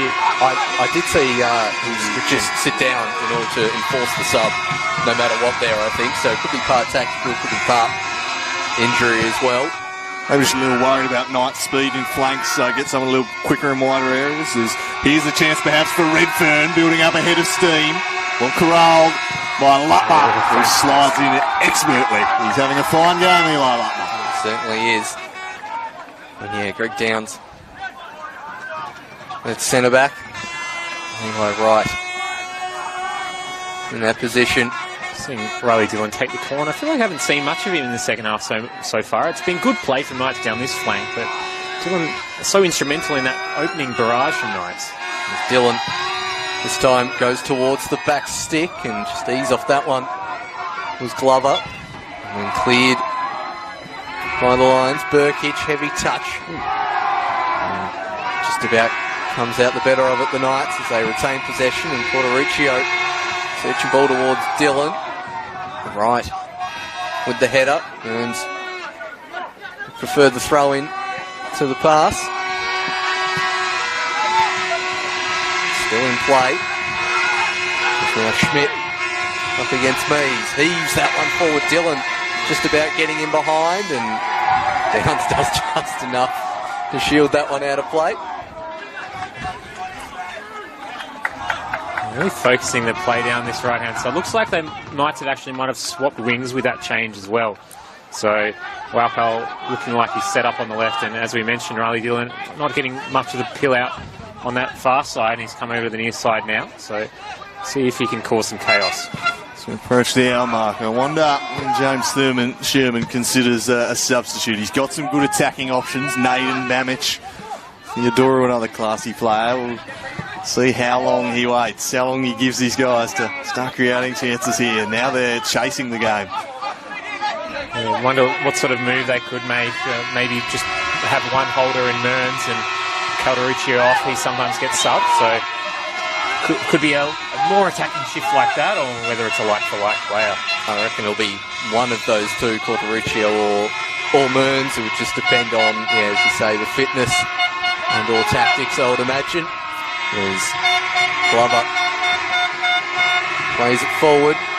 This time Walpole picking it up from a deeper position. Can't get past the first defender. Now Burkich. Portoricchio. Really attacking the substitute since coming on. Good body work there from the Lions as Matty Hess does well. Now Lutmer. Play allowed to continue as Dowse searches for Kemp. Kemp flicked on by Dowse. He's with the chest. All the way back towards Burden, and Knights will look to reset. And still not seeing a great deal of action on the Knights bench. It is at that magical hour mark where the coaches usually like to make subs. He's pretty happy with the starting 11 he's got out there. He'll let it ride a little bit longer. Obviously, they need a goal to go to extra time, but you do have to factor in potentially extra time as well, so maybe you leave it 5 minutes more than you normally would, but again, it comes down to that question of you've got to impact the game to go to extra time to even get there in the first place, so you shouldn't even worry about it. But then if it does go there, maybe you'll leave yourself a little bit short, so just that little seesaw effect, I guess. And the coaches will be weighing up here as the Knights in possession at the back once more. Schmidt. Brown read the intent of that one. Harrison knocks it in the Mearns direction, just shielding the ball from Hess. It's over the top towards Redfern, but Eli Lutmer was there again. And then he looks to try and tee up Brown. A long ball tracked back by Connor Schmidt. Burden driving it long. Redfern won't get there, though Downs' head up almost invited in Walpole. Burkic beating Kemp to the ball, and now he looks to charge off down the left. It's Burkic storming in, rolls it across for Walpole. Walpole! Great block by Downs. Ball's a handball, not given. Brendan Copper pointing towards the chest rib area is where that ball's made connection with Downs. From a distance, it didn't look like there was hands away from body there, but again, we're a reasonable way away from that end of the field. I'm going purely off the reaction of the Knights fans behind the goal. They're nowhere near as rolled up as they would be if that was hand. So I reckon good decision from Copper as Redfern turns away with it once more. Knights starting to spring to action a little bit. Walpole trying to find Caldwell, but Downs again gets in the way and makes his second crucial intervention in a minute. Caldwell causing trouble in there. He's playing a little bit higher and running in from deep, but that's a desperate challenge from Greg Downs, and he's done well to hook that one out of play. Just trying to earwig on the tactical instructions. I think Connor Schmidt's moving into that. We saw that kind of right back centre mid hybrid role we saw in previous weeks. I think he's going to be doing a little bit more of that. Think about all I could glean from that. Well, he's on the ball here, and he looks to combine with Riley Dillon, who'll charge inside. Right, nipping at his heels. And winning the ball from him too, the substitute. Excellent work from Wright, and he storms back the other way. Corderuccio making ground, and then Dillon comes in trying to win the ball back, but still Wright going.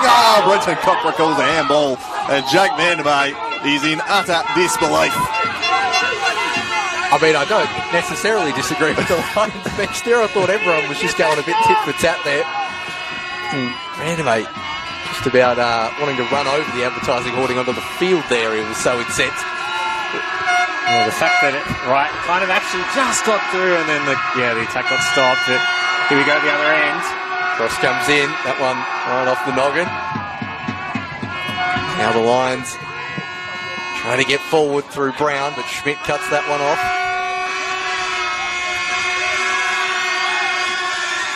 Schmidt. Now back towards Corderuccio. Lions starting to get a little deeper and deeper here as the Knights push forward.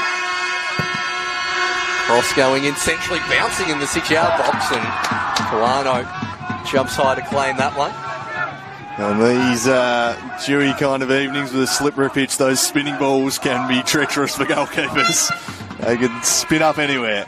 As Glover heads it away from Mees, and I would suggest the substitution maybe less tactical and more injury related, looking at Jacob Hughesloot's hamstrings here on the near touchline, which are currently iced up, so perhaps a bit of injury playing into that one as well.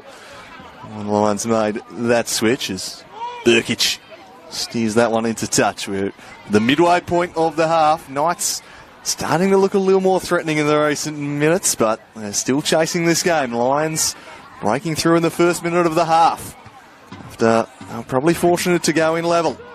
Schwartz trying to make something happen here. The Knights defence will see it away, and the free kick blown. Interesting question for the Lions themselves as well, is how hard do they hit the gas pedal. I know it's going to be all on focus on defence first, but whether they start to shut up shop even more or whether they just keep pushing it for a second. Obviously, a second at this point of the game would be potentially the death knell for Knights, given the way things are going at the current moment. Here's Caldwell skipping into the box. Angle corner in! Gets down and makes a sharp save to keep out Caldwell. It was a fizzing effort. It took some saving. And this man, he's got to be the front runner for best on ground at the moment. And Satoshi Kawano is on fire. I was about to say that. That's the third impressive save of Kawano's evening. Got down very quickly. Is Kemp now turning to run at Glover? He'll have to do it pretty much all himself. He's got 3 red shirts up there. Nearly gets it towards Mees. But I was just thinking for the Lions, it is a little bit too early to shut up shop.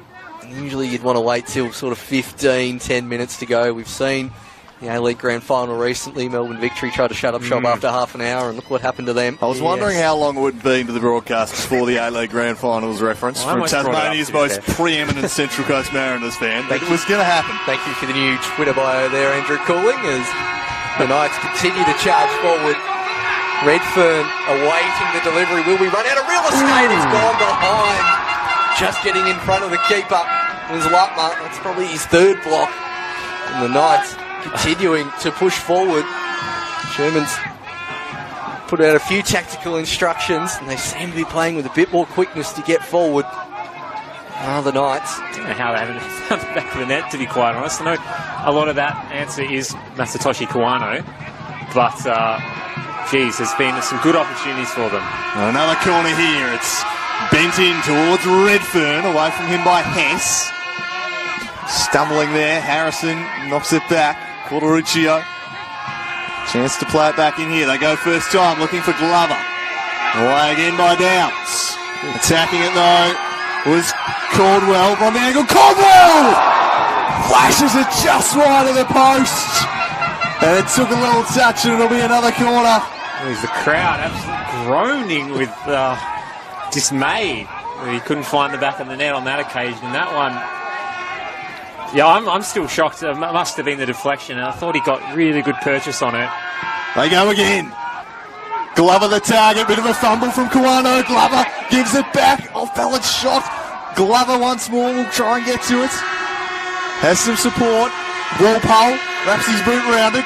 Teasing ball. Might have been a foul by Harrison. Nothing doing. Brought down by Redfern. Turning. And Kawano on top of it comfortably. And they hold on once more, the Lions.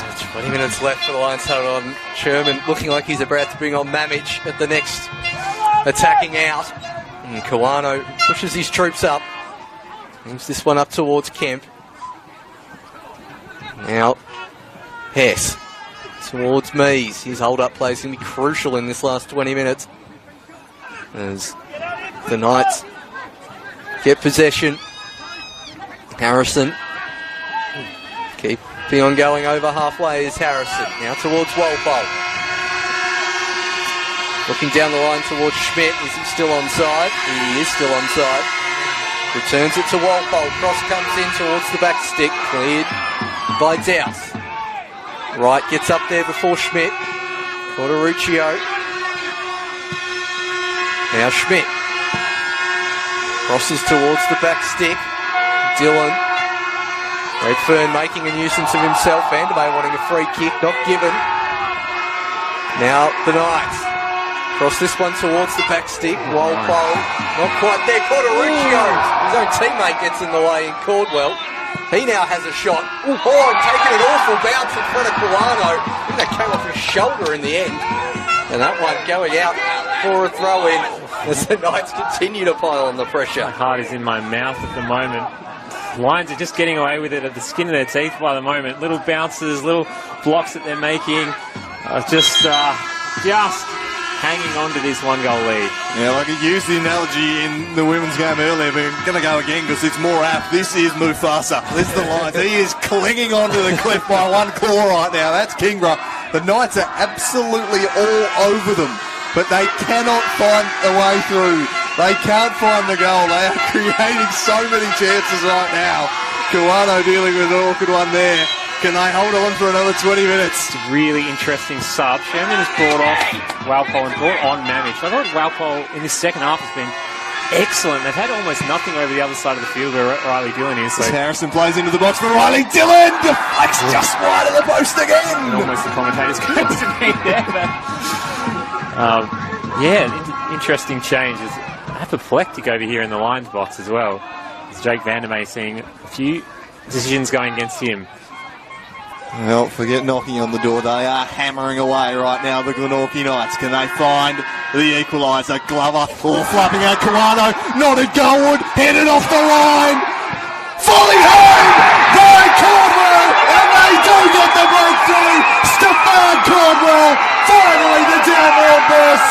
1-0 in the cup final. It's been coming. It has been coming. And Caldwell has been one of the better Knights attackers here this evening. And he was in the right place at the right time. Kawano's acrobatic attempt to save, not quite coming off on this occasion. And Caldwell with a lot of venom to score that one, as there is a sub just happening in front as it's Alex Brown coming off. Toby Moss coming on. Absolutely thumped home by Caldwell. I think he just got tired of everyone going near misses, including himself, and he's absolutely powered that into the top of the net. And it had been coming, you're right, Paul. There was 5 or 6 chances, and finally Knights break down that Kingborough defence. And 1-1 now, and the way it's been going, you wouldn't bet against Knights to get a winner here. They've been absolutely scintillating apart from the finishing until that moment. Well, 1-1 and the game resets once more. It had to come eventually. In creating look after look. So many good attacking players, something had to give, and there was Caldwell, the man who sent them through to the final with his classy finish up at Valley Road. Again, producing a big goal and a big occasion. Yeah, he's a great player, and in some ways, like in a few games, you could be critical of his finishing because he does so much right. Everything else about his game, his link-up play, his movement's awesome. When he gets it right, it stays hit, and it all comes together, and you might say, look, he might challenge for MVP in the NPL if you can string some more performances like that together. So Knights now looking to really drive it home. Here's Nick Mearns! Well wide of the mark. He's capable of much better than that, Mearnsy. He didn't quite catch that one right. And it floats wide of Kawano's goal. Probably the first brief lull in noise at Lightwood Park descends in 75 minutes of action. An equaliser just taking a little bit of the sting out of the Lions faithful. As Towns lays it out towards right. Good pressure there from Corbell. I thought Mees was likely to get it, especially in that situation where Burden constantly backtracking. I don't know why he gave up on that. Well, maybe it was a bit further away than it looked from here, but for a second I thought he might be in. The keeper who doesn't come for pretty much anything, I'd be making any sort of run after that, no matter how aimless it might seem, as Harrison gets his head up and spies Redfern, who's dropped in a little deeper than normal. Caldwell tries to go around the defender. I think he knew what he was doing there. He's got away with that one, in my opinion. Schmidt cuts that one out. The Knights go again through Mamich. Up against Eli Wright. The two smallest set of shin pads on the field between the two of them, I feel, as Redfern picks the ball up. Mamich tries to go through Hess. Nothing happening on that occasion. And now Freddie Hess. Moss wanting the ball delivered a bit earlier there from Matty Hess, and now Kemp. Dowse crossing that one in, acrobatic header away from Harrison. Now Mamich, bit more room to run into here. Tried to time the ball forward towards Redfern. Good turn from the substitute right. Now Hess. He's got a few nice ball sits going on right and scrapping away there on this near touch line. Noah Mees looking to flick off the Hess. Freddie Hess almost in behind. Glover gets across to cut it out. As for a moment I thought it was going to part there and all open up for the player coach. Their first real threatening moment just about of the half. They've been deep in defence for much of it. Yeah, they've just made a little bit of a change with Hess coming in and playing as a bit more of a 10, maybe as almost just a central midfielder, and Kobe Kemp playing out a little bit wider at times. So those guys will rotate throughout the rest of the game, you'd assume.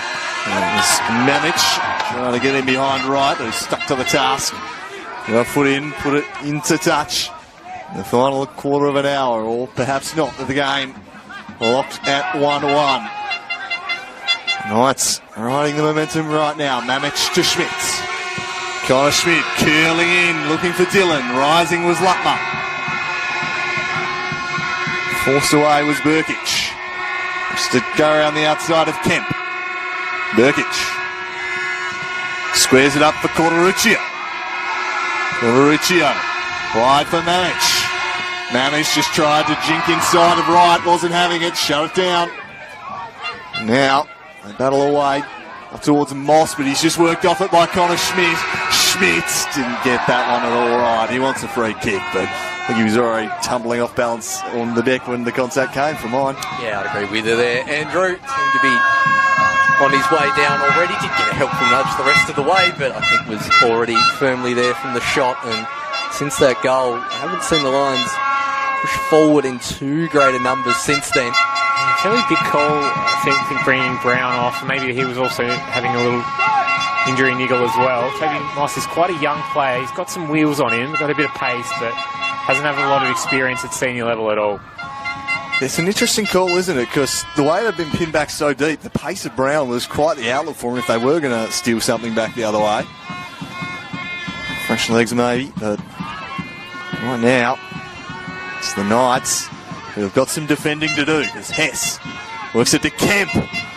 Mees just couldn't quite bring it under his spell. Riley Dillon here's in an acre of space if Burden wanted to reach him, but in the end rolls it out to Glover. Now Corderuccio doesn't quite get enough underneath that one. Now Cordwell looking for some support. Getting a great deal of hands being raised in the air. Now Mamich trying to run at the defence, just about falls over himself. Manages to find half a yard of space, doesn't quite win the corner. Now the Lions. It's all about turning and playing it upfield, did Freddie Hess, but elected to keep possession. Yeah, absolutely hard work on that left-hand side for Knights. Kenan Dow's been a wall out there in the second half. It's all been down this right-hand side for them.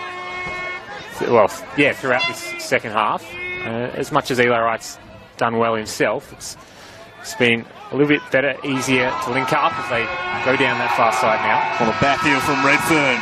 He teed up Mamich. He drives it straight at Kawano. And that's comfortable for a man who's been worked far harder than that this evening. The easy pickings there. That's Satoshi Kawano. Who thumps this one long in the Moss direction. Harrison backing back. Hess nodding that one and then sliding in. It was Corderuccio. Puts it into touch. Into the final 10 minutes of regulation time now here at Lightwood Park. Throw trying to find Moss. Mearns got a foot in. The Lions trying to get back on the attack. They can no longer just afford to be in protect mode without that lead. Hess. Mees taken away from him by Corderuccio. Moss, Mees, Noah Mees, you want to get onto the left here. He couldn't do so. Schmidt got a foot in, broke it up. They've managed. You go, Alex. Yeah, sorry. They've managed Noah Mees really well in the second half. He was starting to get in the game in the first. So he was just able to do a few little flick-ons and hasn't really had any of the ball at all. They haven't been able to get the ball into him to be able to hold it up to get the likes of Kemp and Hess into the game as much as they'd like. Supper player only needs one chance, though, to make a big impact. Noah Mees. He is a pure goal scorer. He scored some fine goals down the years. He might need a bit of magic from someone to pull a rabbit out of the hat here. In general play, Knights comfortably the better side tonight. Here's Kemp to Schwartz. Hess. Back for Kemp. Kobe Kemp. Steers it wide. Right. Galloping forward here, right, and now driving to the byline. The cross is in. Kobe Kemp! And the Lions retake the lead! It's their star man, Kobe Kemp! Some super play from right in the build-up. He put it on a platter for him, and then to fire home what could well be the winner was Kobe Kemp. He's barely had a touch in this second half, but it does not matter because he's got that much class. Flying home in style. Nice little cut back to the top of the box. Heart-in-mouth moment for the Knights defence, and you don't want to see Kobe Kemp running under one of those first time. Absolutely put away beautifully. The best player in the state on form this year comes up big. Captain's goal for the club. And could that be a trophy coming down the southern outlet towards the Kingborough Lions? As we mentioned earlier, don't have the greatest history of silverware. 2012 Summer Cup. Then we're going back into the pre-merger days to get their trophy cabinet out. And this could be one of the biggest moments in this club's history. And the Knights on the back foot once again. 10 minutes to try and turn it around. And this one goes in centrally. Down should be able to take it. Burns collects. Can't imagine he'll be going any further deeper than that for the rest of the half. And the Sherman gone straight to the bench as well. Yeah, just like that, the game swings. I think James Sherman would have been feeling quite comfortable just before that moment. And now it's like, okay, do I risk taking a defender off to go more attacking, and it looks like they are making a change. As Dylan tries to get that one through. Schmidt going down the byline. Connor Schmidt crossing this one in. Kawano jumps up and collects, much to the cheers of his fans behind the goal. One of the more comfortable collects for Kawano. And he'll use up all 7 seconds plus before launching this one into the night sky. Headed clear. Glenorchy with a good touch to take it out of the sky. Now Schmidt under pressure from Moss. Dylan. 2 players up ahead. Needs the rest of the midfield to get there. Staying on side is Caldwell. Has Redfern. Mamich loitering. Mearns as well. Wants some help. This time gets the cross in. All right. Down the throat of Keenan Dowse. Mearns shifts it back out towards Burkage. And charged down again by Dowse. Mamich keeps it in. The Knights pass a little loose, and Mearns just about gets it, and not quite fouled on this occasion. That one heaved forward, but Mees have peeled off to the other side, and now Burden. Oh, he's hit that one nearly straight to Schwartz. Well, it's nowhere near his goal. Schmidt gets there. Hess. Kemp flicks it on towards Mees, who's nearly got him behind him. Mees hits it into the face of Harrison. Still got it. There's Noah Mees. Lays it back towards Kemp. Both players go sliding in. Pulling up with a little bit of cramps, Glenorchy. But now Freddie Hess. Calling for assistance is the coach. Cutting inside on the right, Freddie Hess. Thought about having the shot taken out by a limping Mearns. Not given for the foul. Lutmer. Things are getting desperate here as we get into the last 5 minutes of action, and finally a time for a breather. It's going to be Henry Bain who's going to come on for Glenorchy. We'll see if he can make an impact. And Timmy Theodora has just been signalled to warm up as well, so it might be another substitution. It is kitchen sink time now for the Knights. For the second time forced to chase it, but they've not got long left. Kobe Kemp with a dagger. And almost another one there as he drives it wide of the mark. And they've not got too long left here, the Knights, to conjure up an equaliser. Down to 10 as well for the moment, I think. I think that was just the sub there. It was Caldwell now, charging forwards, running at the defence. He's got Dylan to his right. He'll go himself through the middle, drops it off for Dylan. Finally, Dylan tried to sneak it in near stick. And Kawano was alert, and he gathers. I didn't think he had an angle for a shot there, but he managed to get it on target. It wasn't the worst shot from there, but too tight really to beat Kawano, who you have to bring out something special to beat him tonight. Mearns is hobbling badly as he runs back into some kind of centre-back defensive mid position. Now the ball goes down the line towards Mees. Will he take it to the corner or go for another one? There's the fancy turn, trying to keep that one in and win the corner, and it'll be a goal kick. Nicely done on the far sideline. So with Glenorchy coming off, it looks like Mees is a bit hobbled as well. It's leaving them a little bit short in midfield, potentially. Just got the one holder, and now they're playing 2 players a bit higher up. And they've turned it over there in that area. Just Nick Mearns. They'll get out of it though. Caldwell. Dylan slipping. Schwartz copping that one in the heels when he wasn't expecting it. Right. Time to find a teammate. Kemp dropping deeper and deeper under pressure from Redfern. Good ball out there from Lutmer as Schwartz will turn.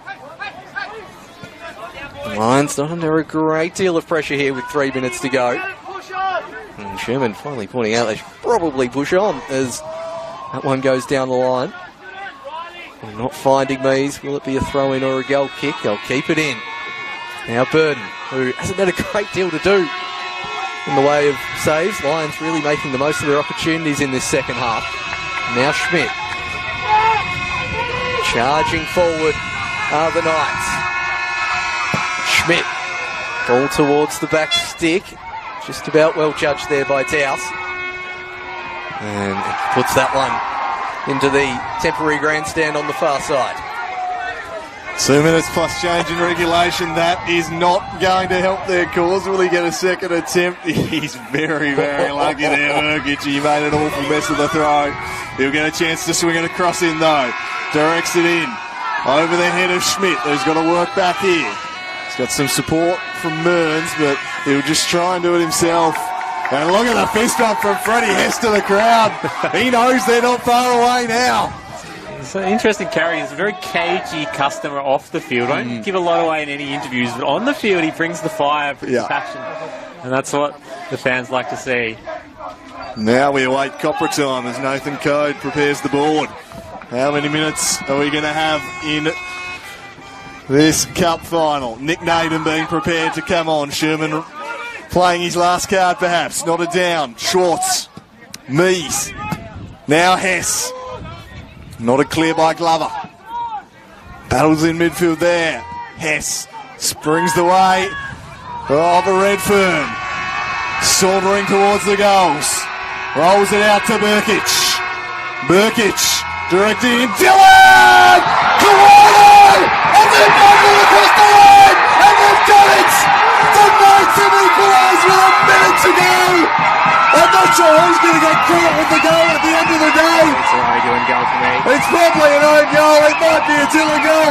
It matters not. It's 2-all in the final minutes. I mean, he's just about made another amazing save there, Kawano, onto the post. It's just about has rattled the goal, rattled himself. He's still on the ground. Eventually, the ball is bundled home. The Knights love late minute equalisers in the Lakoseljac Cup. 121st minute the other year to draw a penalty shootout. 90th minute here at Lightwood. The substitute I don't think's being made. Dylan calling for water. Another Lakoseljac Cup classic in the offing. Oh, you mentioned the greatest Lacka Cup final. Last time Knights were involved, they're trying to one-up it. What absolute drama as Theodora's going to come on for Mearns, who's got nothing left to give. And the Lions were stoppage time away from hoisting the cup. How will they respond? They responded well last time. They've got to do it again. There's only 2 minutes of additional time signalled as well. They were 2 minutes away from glory. I think Nathan Cote's got the 0 at the end of that, surely. 2 minutes purely from this stoppage right now. Well, they should have quickly changed that to 4 minutes stoppage time, surely. Oh, my word, what drama. Okay, he's made it 3.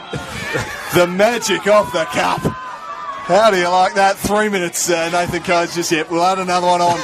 And will there be a winner in those 3 minutes just to really cement this game? It's been a classic, and it's still there for the taking. I didn't think it was, honestly, I did not think it was coming from Knights. That was a pretty good crossing, and Dylan's done excellently to get on the end of that one. He had to really stretch for it and get it on target. And somewhat unfortunately in some ways for Kawano, who's done excellently to get there.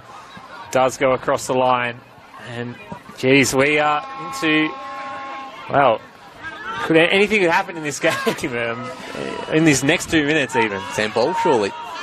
Nothing doing in the Knights now. They're going to try and win in regulation. Surging forward is Caldwell. He rolls it across to Dylan. Dylan's cross shut down by Wright. And it'll be thrown in here. As the Knights trying to prevent an extra 30. Riding a wave of momentum after that goal, feeling confident and good once more. Can they score twice, go full Manchester United 1999? Looking to turn away is Caldwell into the mixer. Theodora, was Redfern in there, it stays out, they nearly did it. The Lions hold down. Harrison tries to spring the run of Connor Schmitz. Schmidt gets there. And he won't get a corner. Goal kick only. Yes, that's got to be a massive momentum swing for Knights. I know they were sort of knocking on the door, but to score a goal that close to extra time just feels like it's coming. You referenced the A-League game a couple of weeks ago now, and I just almost feel like that might be on the cards again, the late equaliser, and then, well, won't speak too soon, but just has that feel that they're on top at the moment. As the Knights try to do it with only seconds remaining. We've already played 3 minutes of stoppage time as Wright brings that one down. Oh, charged down by Caldwell, but that one will be out for a goal kick. I imagine a quick look at the watch from Brenton Copra might see this one go into extra time. A game well worthy of an additional 30 minutes. It's been a pulsating contest. The Knights Nodding it up late. Can they go on and win it? Caldwell cutting through them. He's got Mamich. Caldwell holds it up. He drives into the box. Still going. Stefan Caldwell! Past the post. And nearly the greatest match winner you'll ever see. Inches. He's almost done 3 Kingborough defenders, and for half a second, I almost think if he went down, he might get a penalty there. Oh, that's... I mean, that is some tricky footwork there from Caldwell. He's jigged between two. That will be the last action, I imagine, of extra time, and there it is. Brenton Cockborough says, that was so good, let's have another 30.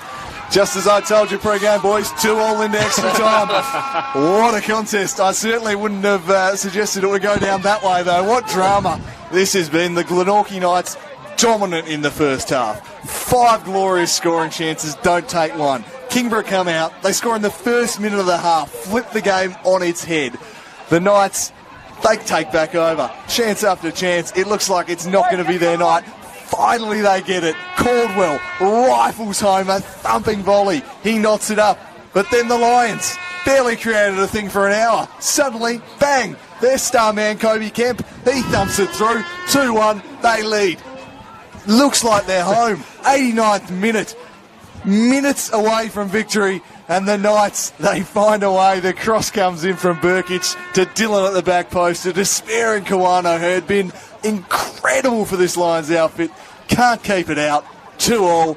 We're into extra time, but only because Stefan Caldwell missed by a coat of paint there at the end from scoring the greatest cup goal winner you could ever see. Lads, the drama has been phenomenal, and we've got 30 more minutes at least. This is the magic of the cup in full effect. Lakoseljac up there is no competition like this. There is a reason there's many in Tasmania who would much rather win this competition than the league for all its perks, for the Australia Cup and the glory and just the fantastic games we've had down the years. Some absolute classics involving mainly Devonport and South Hobart. Devonport Knights and now Knights and the Kingborough Lions. Kingborough with home ground advantage. Knights with a bit more reputational, a bit more of a reputation for these big game contests than the Lions. The home crowd support still going. I think going for about 4 hours, those lads find the goals. Yeah. Between the women's game and this one. I think there's a little section of Knights fans who kind of joined right next to where the Kingborough supporters are. Both sets of supporters quite young. But You don't usually see them without about 7 rows of security between them when you've got rival fan bases next to each other. And it's the Knights now getting in a huddle and having a few more words. Theodori was nearly going to come on there towards the end of the game, so I assume they've still got a sub up their sleeve, plus the extra time, I think, will come into effect as well. 6 subs on the bench to choose from. I assume they can use 5. You kind of wonder just the mental state of both teams coming into extra time. I think just with that late winner, Knights must just be so fired up. And the way they played in that last half hour, really, they were really on top. And to get something out of there, that must be immensely gratifying for them. At the same time, Kingborough just 2 minutes away. It's very, very difficult to come back from that. Just sort of get a sense like in the women's final. And again, as a supporter of clubs like this that don't always have the most success, you start thinking the worst maybe a little bit sooner than you should. Yeah, of course. But for their sake, I hope that they regroup. Knights with 4 Lakoseljac trophies and 8 statewide cups under the belt. And the Lions, no Lakoseljac Cup, haven't won a trophy since the Caledonians days in the early 80s. And so many, about 3 mergers ago. And Lightwood Park hosting one of its biggest events ever. And hasn't it delivered? We'll see if there's any tactical changes once they get there, just working out. I think this is the logistics of it there. Keenan Dowse, always the organiser.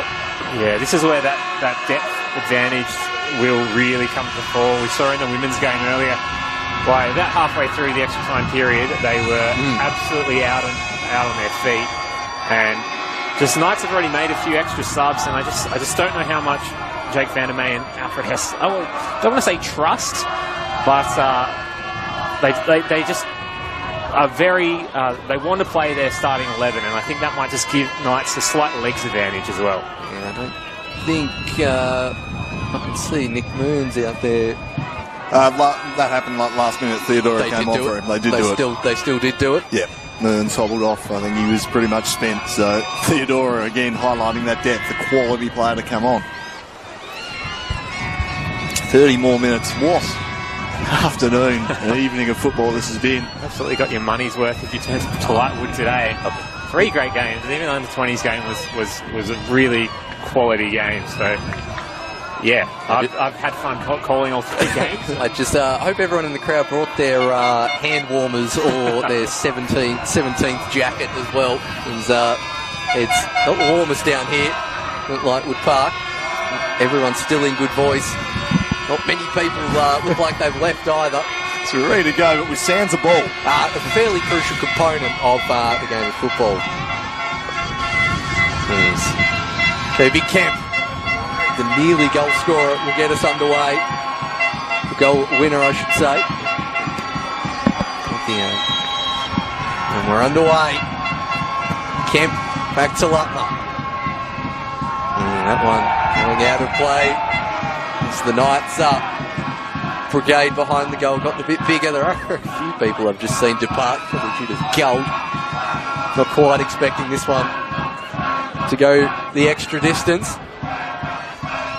As that one's flicked on by Dylan Redfern.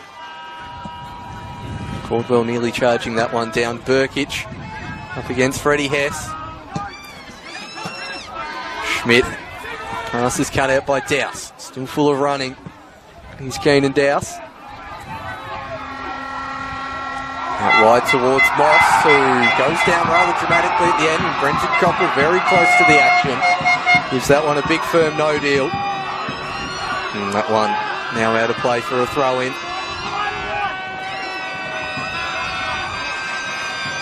Well, something about Glenorchy Knights in Cup finals brings about the drama. It has been a classic. 2-2 and into extra time. A breakthrough trophy on offer here for the Lions. The Knights really eager to win this for the first time since, 2020 they won. The COVID year meant they didn't get the Australia Cup trip, so they're really keen to win this one and get that this year. As this one sent wide to Hess. Now Dowse. Keenan Dowse. Swinging it in, away by Glover. Only so far as Schwartz, who want to turn back onto the left. And then goes the right. Cross to Dowse. Schwartz. Room to shoot perhaps. Just rolled one through instead. At the back to Lutmer. A strong performer. He definitely chips one in here, looking for Hess. Harrison is across and sees it out for the goal kick. Good work there from Tyler Harrison. Even gone to collect it. Probably Burden would have preferred the short option, and eventually he goes to the other centre back in Glover. Forward towards Burkic. Mamic picks it up first. Now Burkic. Looking for more options. There's Burkic. See the Knights, that entirely new centre midfield pairing of Bain and Theodoro. And those fresh legs in the engine room make a difference in this extra time. There's nifty footwork from Schmidt. Mamic calling for it. Goes halfway towards Caldwell. Thought about going on the right peg and having a shot. That one charged down. Burkic will let that one run out for a throw. So Knights looking to press. 2 or 3 options for Burkic. Goes short to Mamic. Burkic up towards Theodoro. Knights going back to their more patient possession play. We saw mainly in the first half as that one's a little bit loose and nearly puts in Noah Mees. Sherman not too happy about that, but they get out of it on this occasion, and Harrison will get his head up. Flick from Redfern. Managed to control that one to Downs, but slipped at the time of clearance. Bain. Dylan coming inside. Knights a little more falling back into that first half tendency, not quite attacking with any great pace at the moment as they go again as the tackle shrugged towards the near post. Oh, great save, Kawano! His body weight was going the other way, quick left-hand paw, and it could have been the goal for the Knights. Yeah, just flicked out the left glove and kept out. It was a wonderful piece of build-up play here from the Glenorchy Knights to forge the chance. Flick back, the first time volley from Caldwell was sharp, and Kawano just flung a hand up and kept it out. Knocked for the first time tonight, makes a crucial save. If he does end up on the losing side, he's going to be desperately unlucky, Kawano. He's been immense in there. He has. Knights have been good all night down that right-hand side. That was another good piece of overlapping play and a little cut back to the top of the box. It's exactly the sort of move that you train all week to manoeuvre. As Freddie Hess has just snuck in behind here. It's Freddie Hess bearing on goal. Freddie Hess squares it back, loses control of it. It falls to Schwartz! And he slices it over the top. It was a glorious opening for the Lions. You wonder if Hess didn't quite have that angle, and Schwartz just got a little bit overly keen as Riley Dillon looks like he wants to sub off. There hasn't been a chance for him to do it yet, though. As the Knights on the attack through Redfern, he squares it up for Burkic. Burkic for Dillon, perhaps the last involvement for him. Will it be a meaningful one? Kawano comes out and punches strongly and gets cleaned up in the process, drawing the free kick. And that will allow the Knights to make that final sub. It'll be Riley Dillon off, and again highlighting the ridiculous depth this side has, the talented Nick Naden to replace him. That's a painful one for Masa Kawano, and he's been absolutely standing on his head out there tonight. They can't afford to really lose him, given how well he's played. So, you hope for the sake of the game that he's okay, but it's not. Yeah, it doesn't look too good down there at the moment. With Riley Dillon nearly coming off, accidentally thinking the play had been stopped, him ending up in that good position, nearly calls that chance, and it's now seen Kawano go down. It's a teasing ball, took Kawano a full extension to deal with it and had to put the body on the line there. He did. He's unfortunately paid the price, and he looks to be in a fair bit of pain here. As interestingly, it looks like might be reading Monday, but I'm assuming they've still got to sub up their sleeve, so they might need to roll out as easy in a moment. So just trying to count in my head. They should have 5, but just trying to. Looks like Schwartz coming off. Yeah, they do still have a couple, so they'll be right. But, geez. We're hopeful that Kawano can recover and play on. He has been a pillar for them tonight. And he gives the thumbs up. Good to see. You have to drag him off. I reckon after the performance he's had so far tonight, there's Schwartz coming off, Jordan Mundy coming on.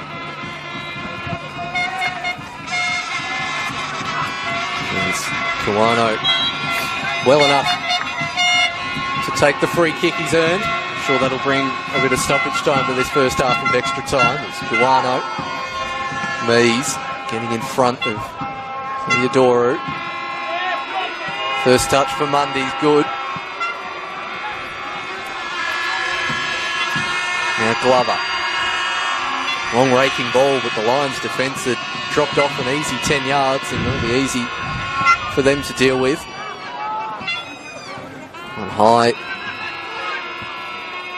ball as we in a game ahead tennis.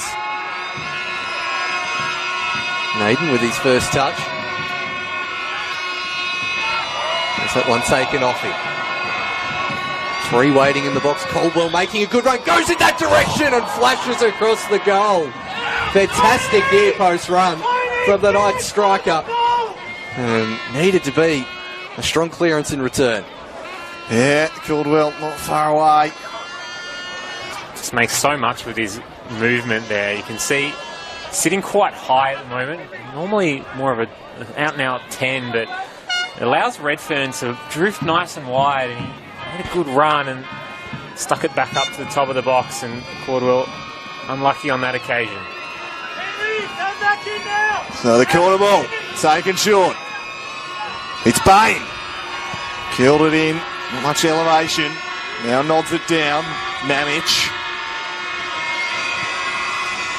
Cross for Caldwell. Thumping ball in. Punched away by Kawano again. Naden out half off that one. Can't quite get it into touch. And that's a Kawano. I don't know if you want to be fielding too many more of those, given he got taken out in the last one that was like that. He's punched it away okay. He might have so much adrenaline he can't feel it at the moment. He's flinging himself about as nodded on by Redfern dangerously, but away and downs. Trying to work through here. Mamic couldn't do so. Bain down the lines, back on the ball. Mundy, pocket pick by Caldwell. No free kick line, an advantage played by Copra. Caldwell back on it. Stefan Caldwell checks back onto the left and then rolls one through. Almost sprung a teammate. It was well blocked off. He is really starting to exert his influence, Stefan Caldwell. And it remains 2-2. He did it in extra time against Devonport in the semi. There's a be one to watch to see if he can't do it again. So Knights through Mamic. Time to turn and find the only real teammate making that run up there, which was Burkic. Good tracking back from Moss. Even out. Took the ball away. It's Burkic. Wants a free kick, not given. Mamic's first touch. Not the best, and now the Lions regain possession.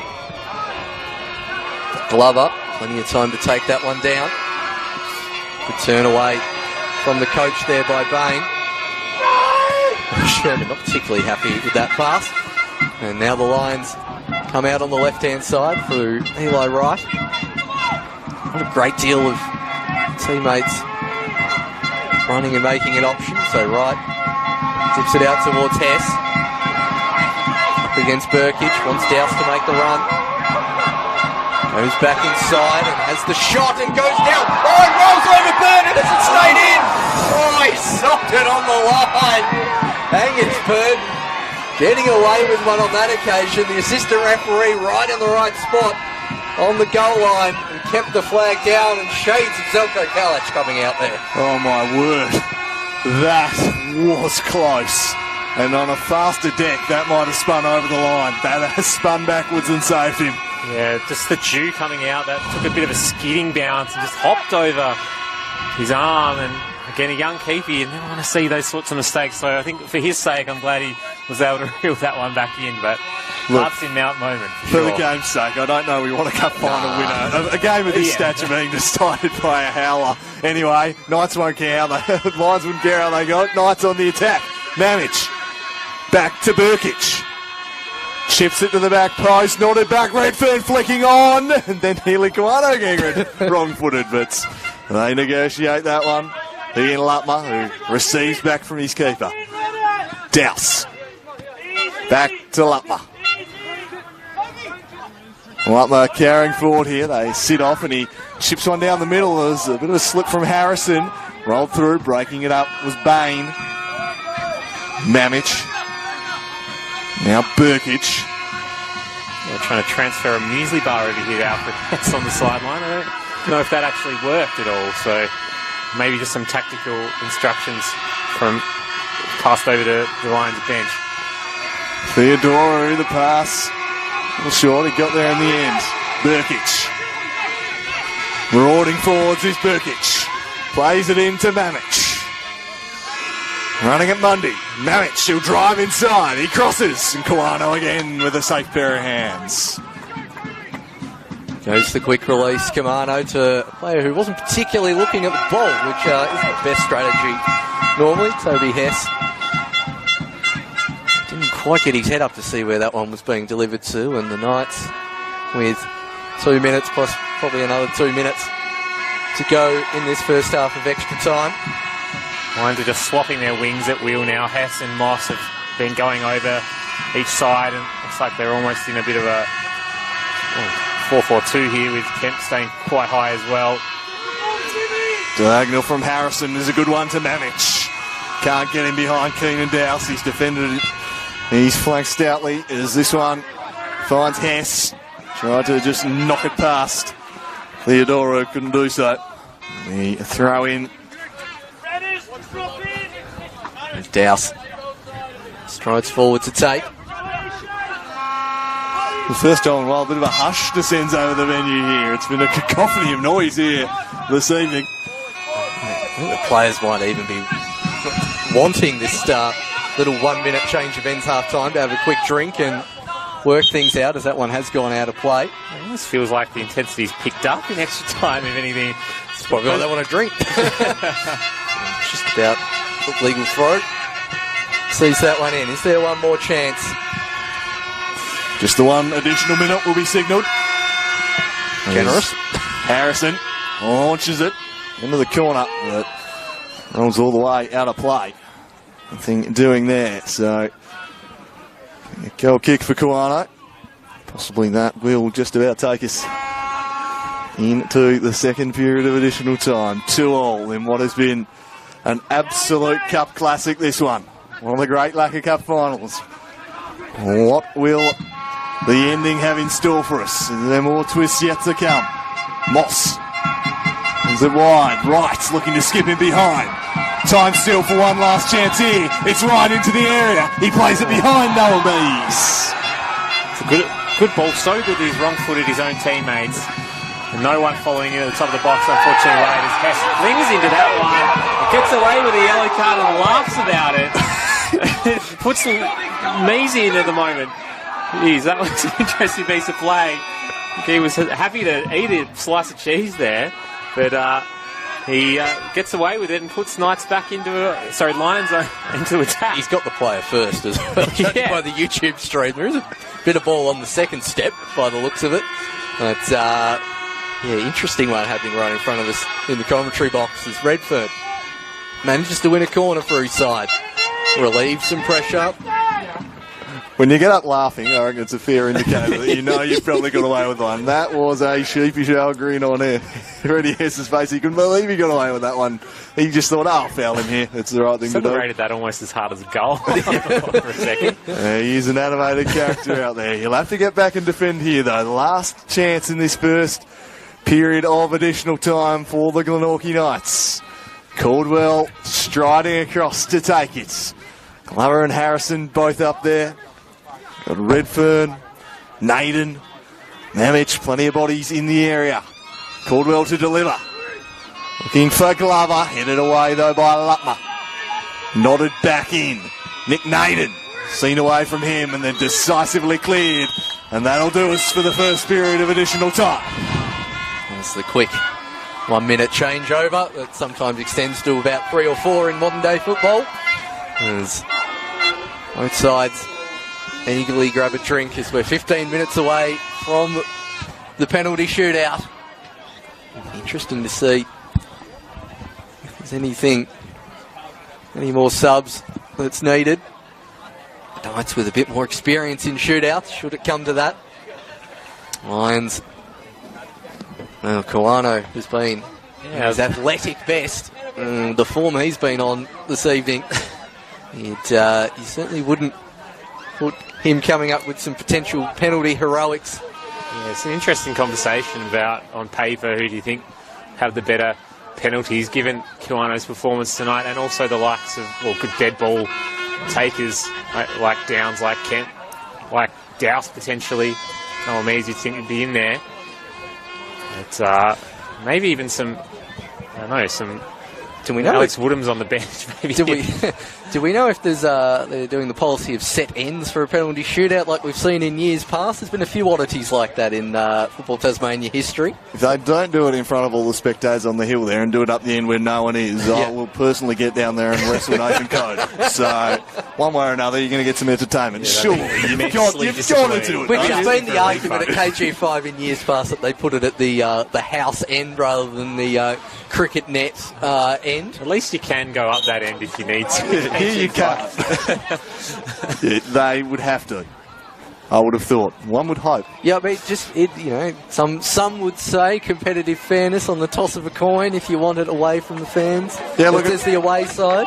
Yeah, look, that's a reasonable point, Paul. I'm more about the occasion than competitive fairness. Exactly. I'm rooting for the spectacle, not either team here. So. A substitution has been made. Connor Schmidt has been taken off for the Knights, and Zeke Preble coming on here. So I think that is everyone bar Alex Woodham who's come on now for Knights. That's a 5th substitution. Okay, so they won't be... That rules that out. Yes. I think they'd want to trust their young keeper, good experience, good confidence behind him to take the penalties. I think you would favour, in terms of keeping ability, Kawano to save a few more penalties. Shot stopping, Burton quite good with his feet.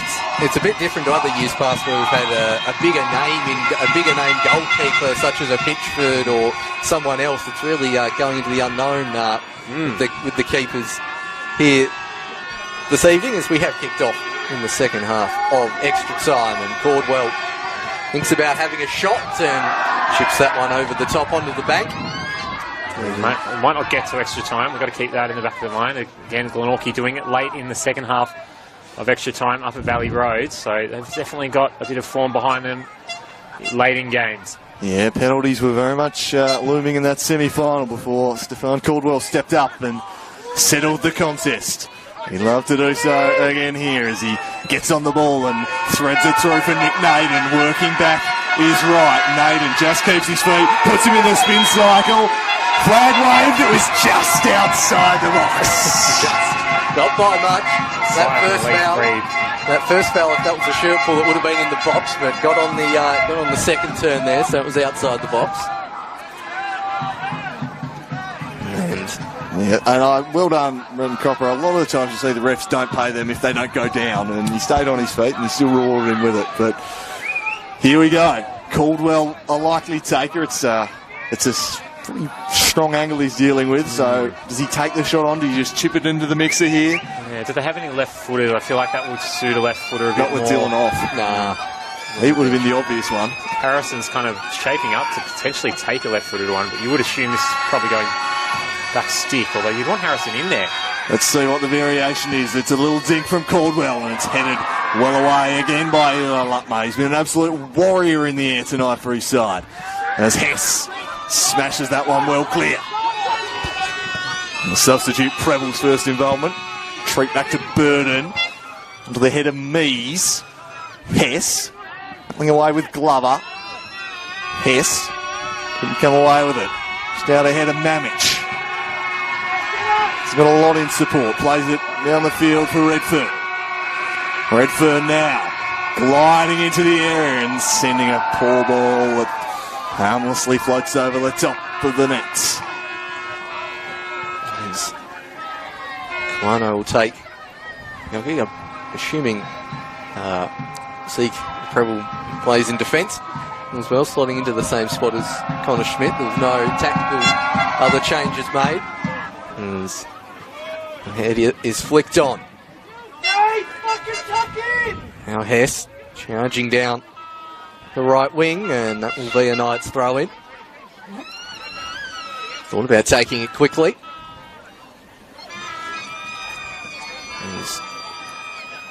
Mamich going the wrong direction. Thought about going back to the keeper. In the end just lays in a hip and shoulder for the ages. And turns Mamich away, who begins to run at the Lions' defence. It's Mamich. Caldwell with his arms raised, wanting the ball at the top of the box. Goes towards the byline. Caldwell loitering. Caldwell at the back stick. Chests it down. Saved by Colano. Going towards the back stick. Caldwell ends up with it again. Goes on the left peg. Caldwell! What a goal! Shut off. Big moment for Stephen Caldwell. Just says, how about that? On the left peg. Off the post. The fans have come running down the hill. What a goal for the Glenorchy Knights. Oh, he sent them into the cup final with a piece of magic. He might have just won the cup final with an even better strike. That was pure. He has grown and grown as this game has gone on, Caldwell. He's looked more threatening as the minutes have passed by. He'd opened up. It was a storming counter. Glover let him out. The Lions were out in the legs. They couldn't get back. There were numbers there for the Knights. It fell to Caldwell. He had a window. He drove it through. 3-2. Can the Lions respond? As our friend set up in Valley Road, monumental moments call for monumental players, and what a monumental strike that was from Steph Caldwell. It's just a stunner. I thought for a second that he wasted his opportunity, took it wide, but was able to get back onto it in the middle and absolutely laced it off the post into the back of the net. Okay, the Lions looking to mount a response. It's Kobe Kemp flicking on. Oh, Bubbles just wide! What an opportunity at close range that was. They've almost had the instant response. It was Moss from 2 yards out. And it's wide of the mark. This is getting ridiculous. What a game of football. As the Knights. This ain't done yet, fellas. As the Knights get the ball back in play rather quickly for a side that's 3-2 ahead in extra time. Haven't even had time to digest that shot there from Moss, and they've already got the ball back in play. Lutmer sizing up his options. And there's Dowse. An absolute roller coaster. And there's Knights in front, short towards Mees. Calls for a high boot, not given, turned around, crowded box there. Is Naden, clears that one, only as far. Big chant of "We can't hear you" coming out there from the Knights faithful, which we enjoy. As Downs searching to get the ball further up, as Wright is now pushed on, and Moss's ball's charged down by Naden. Moss back towards Dowds. Lions in complete heave-ho territory here at the moment. Cordwell towards Redfern. Redfern turning and running at defence. Naden full of pace. In comes Nick Naden up against Downs, and Naden takes out Downs after he gets there first and issues the first slice of cheddar of the evening, surely. No. Well, he hasn't. Well, I just started that because surely that was so obvious.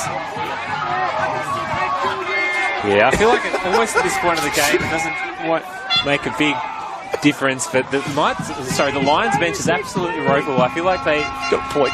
Yeah, they have been slightly hard done by in this second half. That's probably, again. Yeah, I feel like Hickslet's talking some sense down there as Kobe Kemp rolls it through. Can they find something late here? The Kingborough Lions, they're on the attack. It's Bees, it's shut down, and it's cleared away again. And the Knights back the other way through Redfern. Having a run at Keenan Dowse, just gliding across the pitch in his typical style. He heads corner. Redfern weaving, keeping a hold of the ball, eating up seconds here as they control the football. The right end of the park as far as they're concerned. Mamich.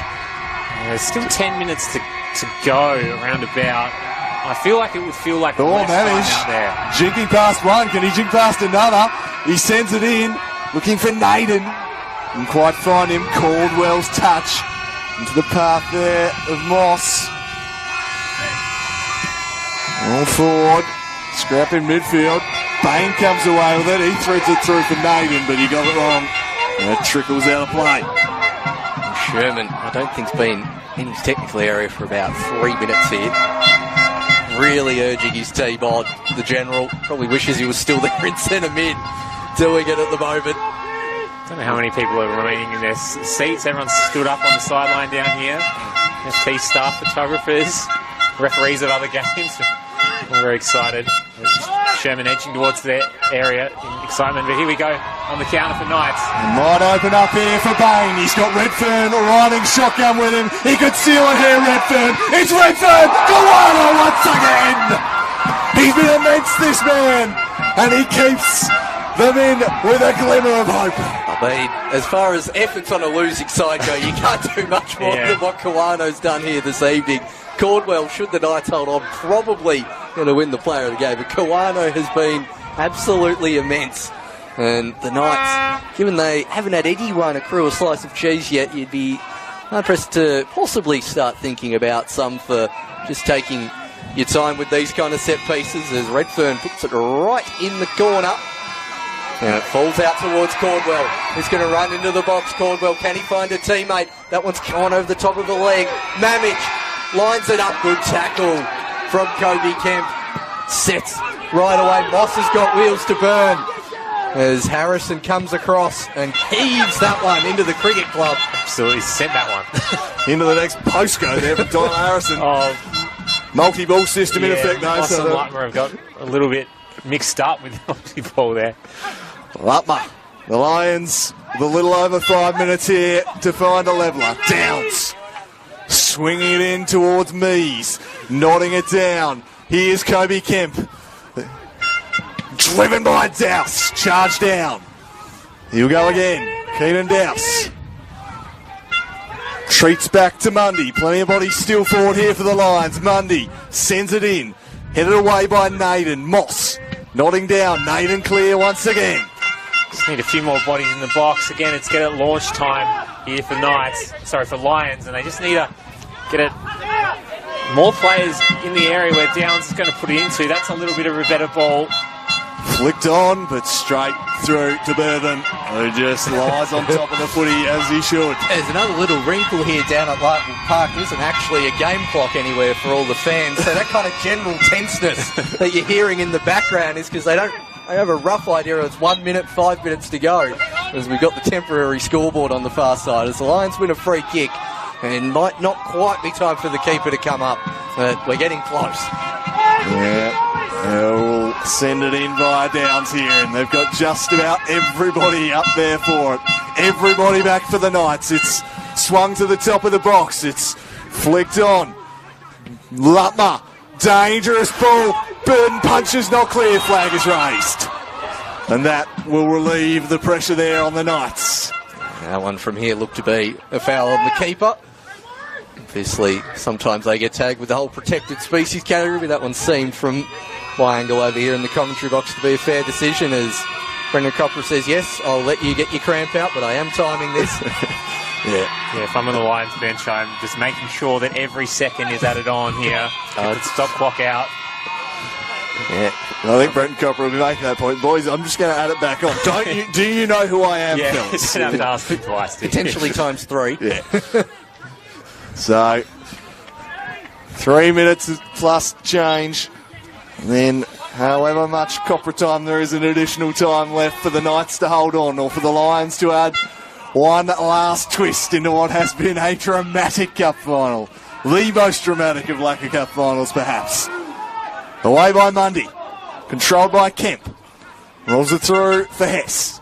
He chips it over the top looking for his brother, but he can't find him, and it's behind for a goal kick. And again, that multi-ball system, on the rare times there is someone over at that far side to collect the ball, so can't time waste as much as normal here the Knights with 3 minutes and change left. And Harrison looks to heave this one towards halfway in the Naden direction. Charge down, and that time going in with the studs is the goal scorer Stephen Cordwell. Is that him sent off? Because he took his shirt off. Yep, that's it. That is. So there is more late drama. And that is why you don't take your shirt off. Even a goal as good as that, you have to make absolutely certain there's no time left in the game. And no real complaints from most people. I don't think Coach Shepard knew he was on a slice of cheese, or not quite sure of this challenge, but I think that was Marchioli going in the book rather than Shermo. Well, you have no complaints. That was a blatant yellow, and it's the yellow. I hate the rule, but it is a yellow for taking your shirt off celebrating. So Copper's got it spot on, and it means they're down to 10 for the final few moments of this one. The drama continues at the Den. Dwayne Hope, perhaps. The Lions. 8-0-1 formation for the Knights here for the rest of the game. I think this is the one thing this will allow Lions is the absolutely peppering of the Knights box. As Downs swings it into the top of the box, rising was Harrison. Hess sends it wide. He'll come back in through right. Trying to get to a crossing position, but he has his pocket picked. And then it's rolled in front of Redfern. Surely there won't be too many bodies joining him as he heads off towards the corner flag here, Josh Redfern. He'll head straight there and then just try and keep it there as long as he can. This is great stuff from the big, powerful striker. But it just rolled out on him. Well, for a second, he just picked that one up while it was in play still. But I mean, brilliant work though. He's run 80 metres there to go to the corner flag, and he's allowed his entire rest of his team to get back in 2 banks of 4 as Lutmer charges forward towards Boss. Has his pocket picked by the more experienced Naden. And Naden's going to do the same down the right-hand side. Goes towards the goal. Goes towards the corner flag. Naden The substitute, the experienced customer, still going. Dragged to the ground by Downs and wins the free kick. I don't know Knights fans love it behind the goal. Half the bench are up on their feet as well. Right into with the double fist bump. They're up and about for that. And the Russia chance begin again. They're almost at the finish line. There is but copper time remaining here now. How many minutes will that be? That's all the Lions have. The ball about to go up. And they'll just try and keep this in the corner. There'll be no playing this into the box. Yeah. This is the problem for Knights. They have so many men back when they really want only one or two, really, and they've only got 2 up 4. They need more up there. Everyone else is just trying to 2 minutes, field this ball. I was wrong there. Redfield was trying to buy a corner, and he's turned it over and perhaps given the Lions a last shot here. They've got 2 minutes of additional time. Can they conjure a late miracle? Hess, it's shut down across his Mamich, but he lost it to Hess. Hess, down the line. Nobody there. Put behind. Lions have to get it launched. They're trying to play too much football here. They've got to get it in the box. They don't have enough players in. Here it comes to Dow, so you don't have to ask him twice to cross it in. He does just that. Kemp nods on. Almost the right. Brilliantly done. Theodoro getting back. It'll come back in though. Hess weaving. Was he fouled? Nothing doing, says Copra. The Knights will clear. They'll launch it up the other end of the park. Downs first to it. He'll get the throw. And they've got to get up moving. I wish we had Sherbert Cam on here. This is fantastic as a David. Urging his players to stay back as the Lions try to press forward. Lutmer bends it in towards Mees. Harrison rose to head away, but it came back to Eli Lutmer. Tried to slide it through. It was blocked off brilliantly though. They charge away with it. It's out of play. And it is a Knights throw, which they will be in no rush to take.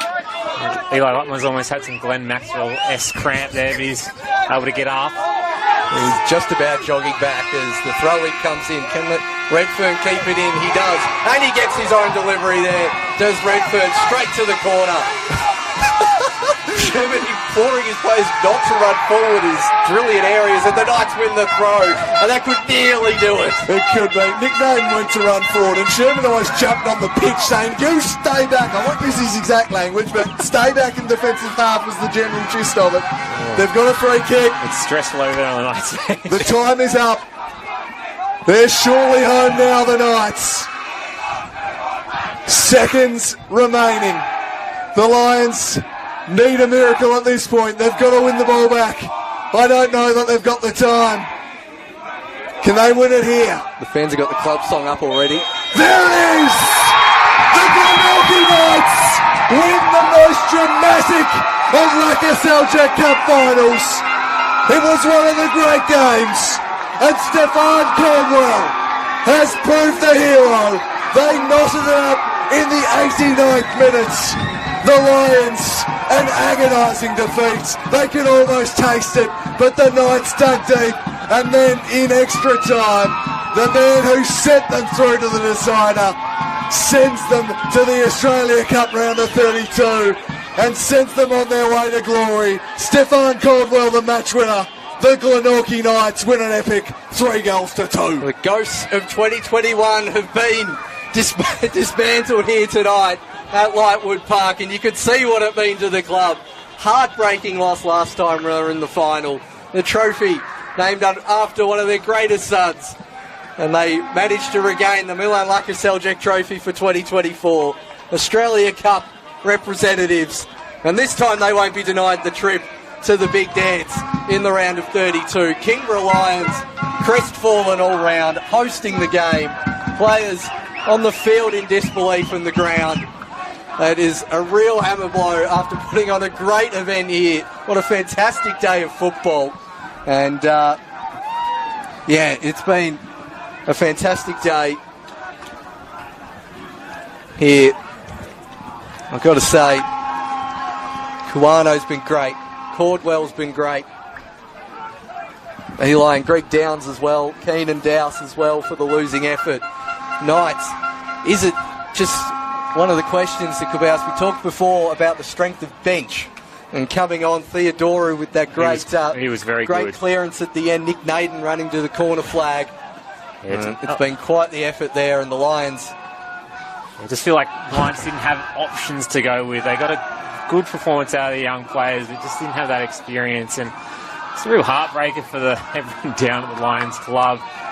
They've been leading with not many minutes to go. It's going to be a hard one to swallow. Immensely gratifying for the Knights to be able to dig deep and come back and knot it up firstly and then find a winner again in extra time. They've been extra time specialists in the knockout statewide cup, and I think James Sherman will be over the moon with that one. I just think for the Lions as a club, it's difficult. It's been a big day.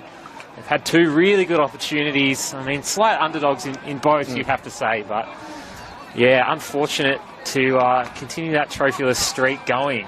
Yeah, but Glenorchy Knights extending their streak as the most successful statewide cup team in Tasmanian history. Up to 9 wins now 5 in the Lakoseljac era since 2000. And it's quite the record for this club. They always come up for these big games, and only just falling short last time they were in it in 2021 in heartbreaking fashion on penalties. This time winning in extra time. And the Knights march on. Andrew, we called that 2021 game. That was something special. So was this. That was one of the great games, one of the great cup finals, one of the great days. The women's was an absolute corker before it. The 21s was a great defensive job by the Zebras, but the drama definitely peaked here with the Laka Cup final. It had so many twists and turns. There were multiple points where you thought both sides they had it. The Lions, they were moments away from this. They were minutes away. Glenorchy had been knocking on the door all second half. It just seemed like it wasn't going to be their night. Finally, they get the late equaliser, and then in extra time, what a pure strike it was from Caldwell. I think we're about to head over to the presentation. So we'll wrap up here from the three of us, Andrew Cooling, Paul Hunt and Alex Mummery. Gentlemen, been a pleasure calling this one with you. One of the great nights in Tasmanian football. It never fails to disappoint, this game. This day, always my favourite day in Tasmania for the year, and this is no exception. It's Glenorchy players get their faith with the G up. Alex, another great day. Oh, cracking game. Really enjoying all three games. But yeah, as you say, Andrew, iconic game. For me, goes up there with the late Tobias Bangan winner for South Hobart. It's probably better than that with the twists and turns in this game. Just a great game. Thoroughly enjoyed it. We hope you enjoyed the call. We'll throw you now to the presentation of the Lakoseljac Cup.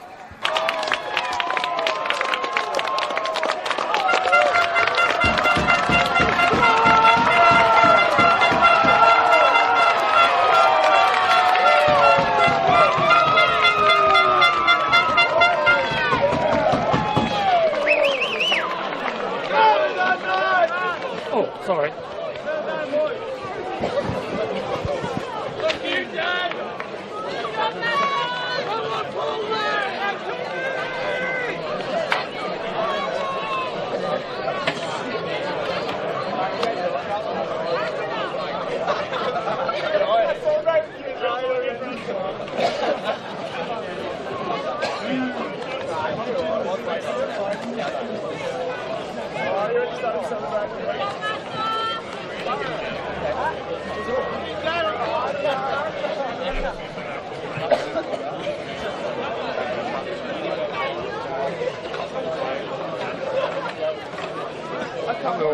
Welcome everyone, thank you to an amazing game, and an applause for both our teams, for Kingborough Lions and Glenorchy Knights on a great performance.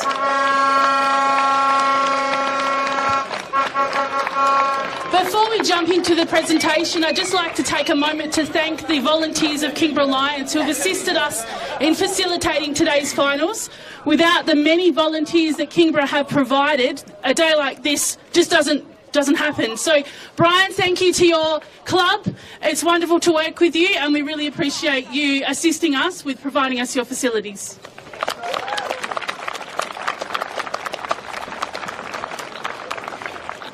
I'd like to welcome the Honourable Dean Winter, Opposition Leader and Labor Member for Franklin.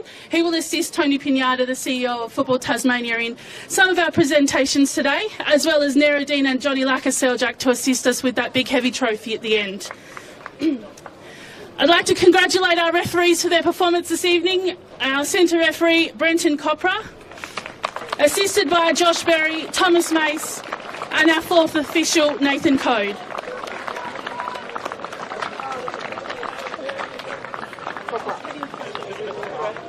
You can't get out of it that easily.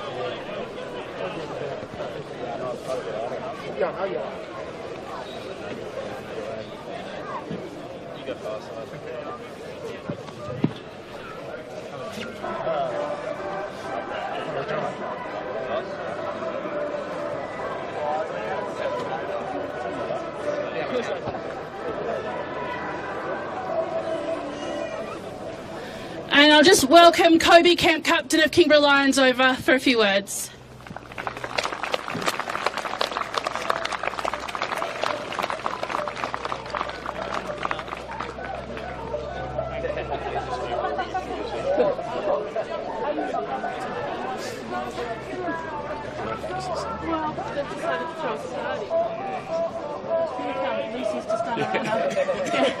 Are you up?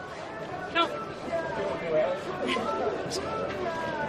Just like to first and foremost thank all the fans for coming out today. It was a good game of football and I hope you guys thoroughly enjoyed it. So, yeah, thanks for coming out and supporting the biggest day in Tasmanian football. Congratulations tonight. I thought it was a pretty even game, but you guys got over it in the end, and it's all credit to you guys. Wish you all the best in the cup, and hopefully you can go and do Tassie proud. So we'll be supporting you. So, yeah, thanks.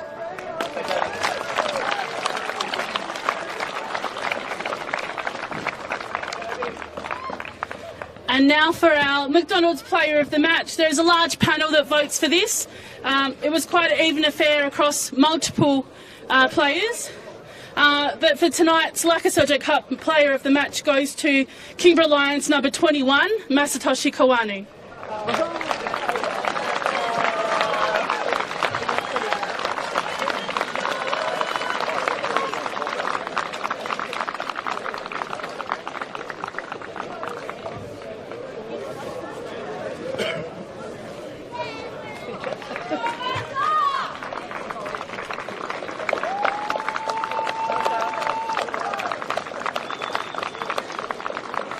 And now I'll welcome the captain of the Glenorchy Knights, Tyler Harrison. You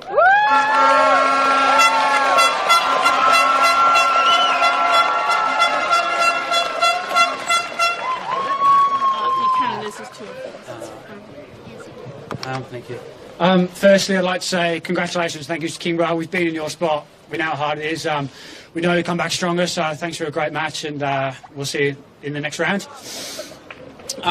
Secondly, to all the supporters come out here, it's greatly appreciated. You know, it's like having a 12th player out there, so thank you very much, guys. Appreciate it. To the club and the people who are behind the scenes allow us to get on the pitch each and every week, you know, we hope we made it worth it for you guys tonight. And lastly, to our boys, congratulations. What a fucking winner. Take that. You head over to these guys and get your medal. Tyler, what I'll get you to do is just come back through and run through your players. Yep. Do you want to hold them? First up, Mamich. Have you come, Bob?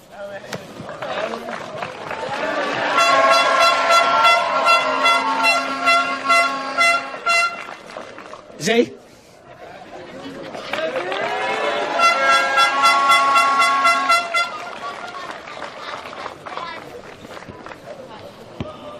Redders, up you come.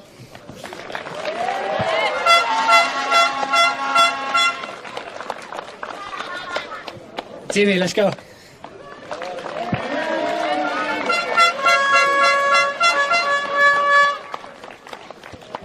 Lindsay, can you walk over here, mate?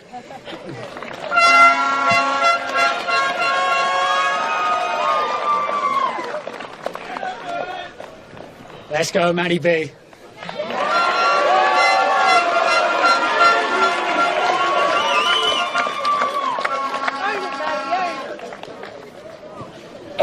Big Gus, up you come.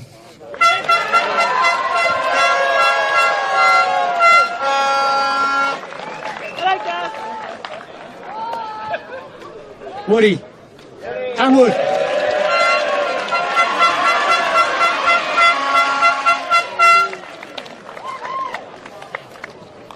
Tommy Walpole.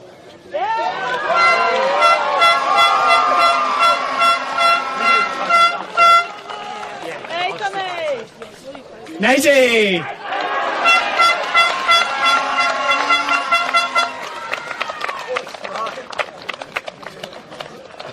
Daniel Connor-Schmidt.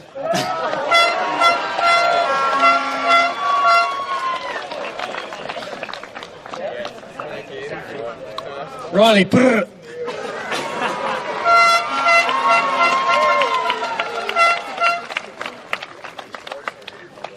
Big Jack Glover.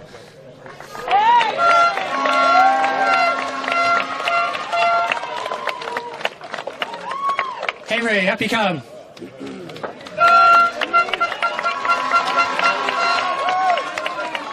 Corocho.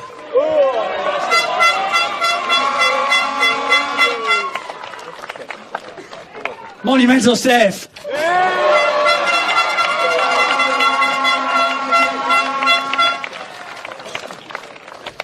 Up you come, Chell. Marcello!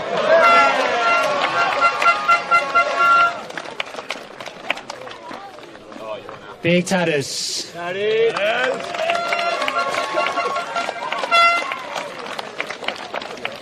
Ralphie.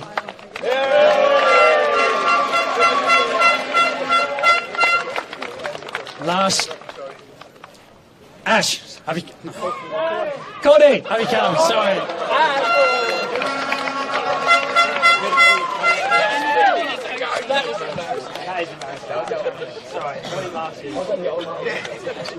Last but not least, James Sherman.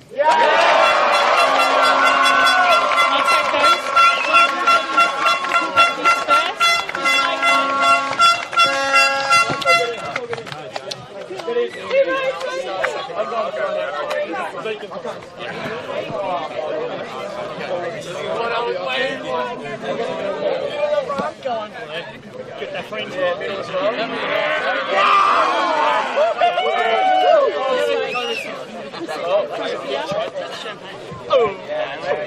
Looking here, please.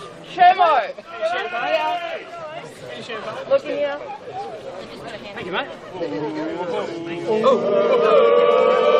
And our 2024 Lakoseljac Cup champions and Football Tasmania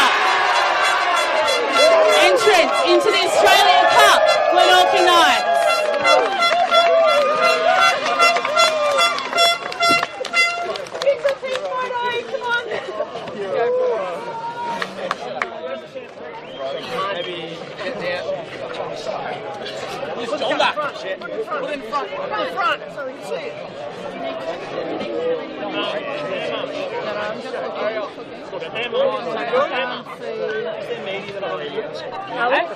Alex, come this way.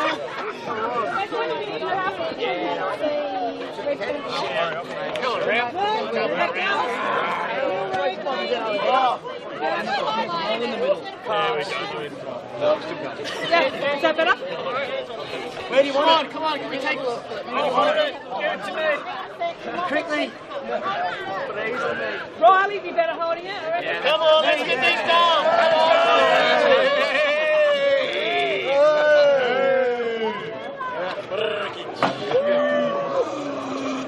Alright, you want to do a fun one? Get the trophy in the front! That is so bad. I sound like a dog. Really? That's so bad. Get the 990.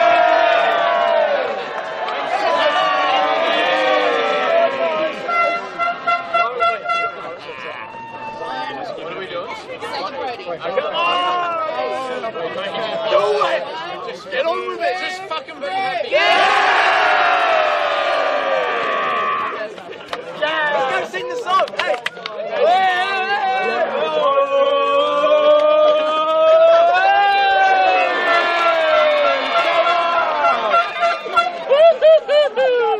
This is coming home with me.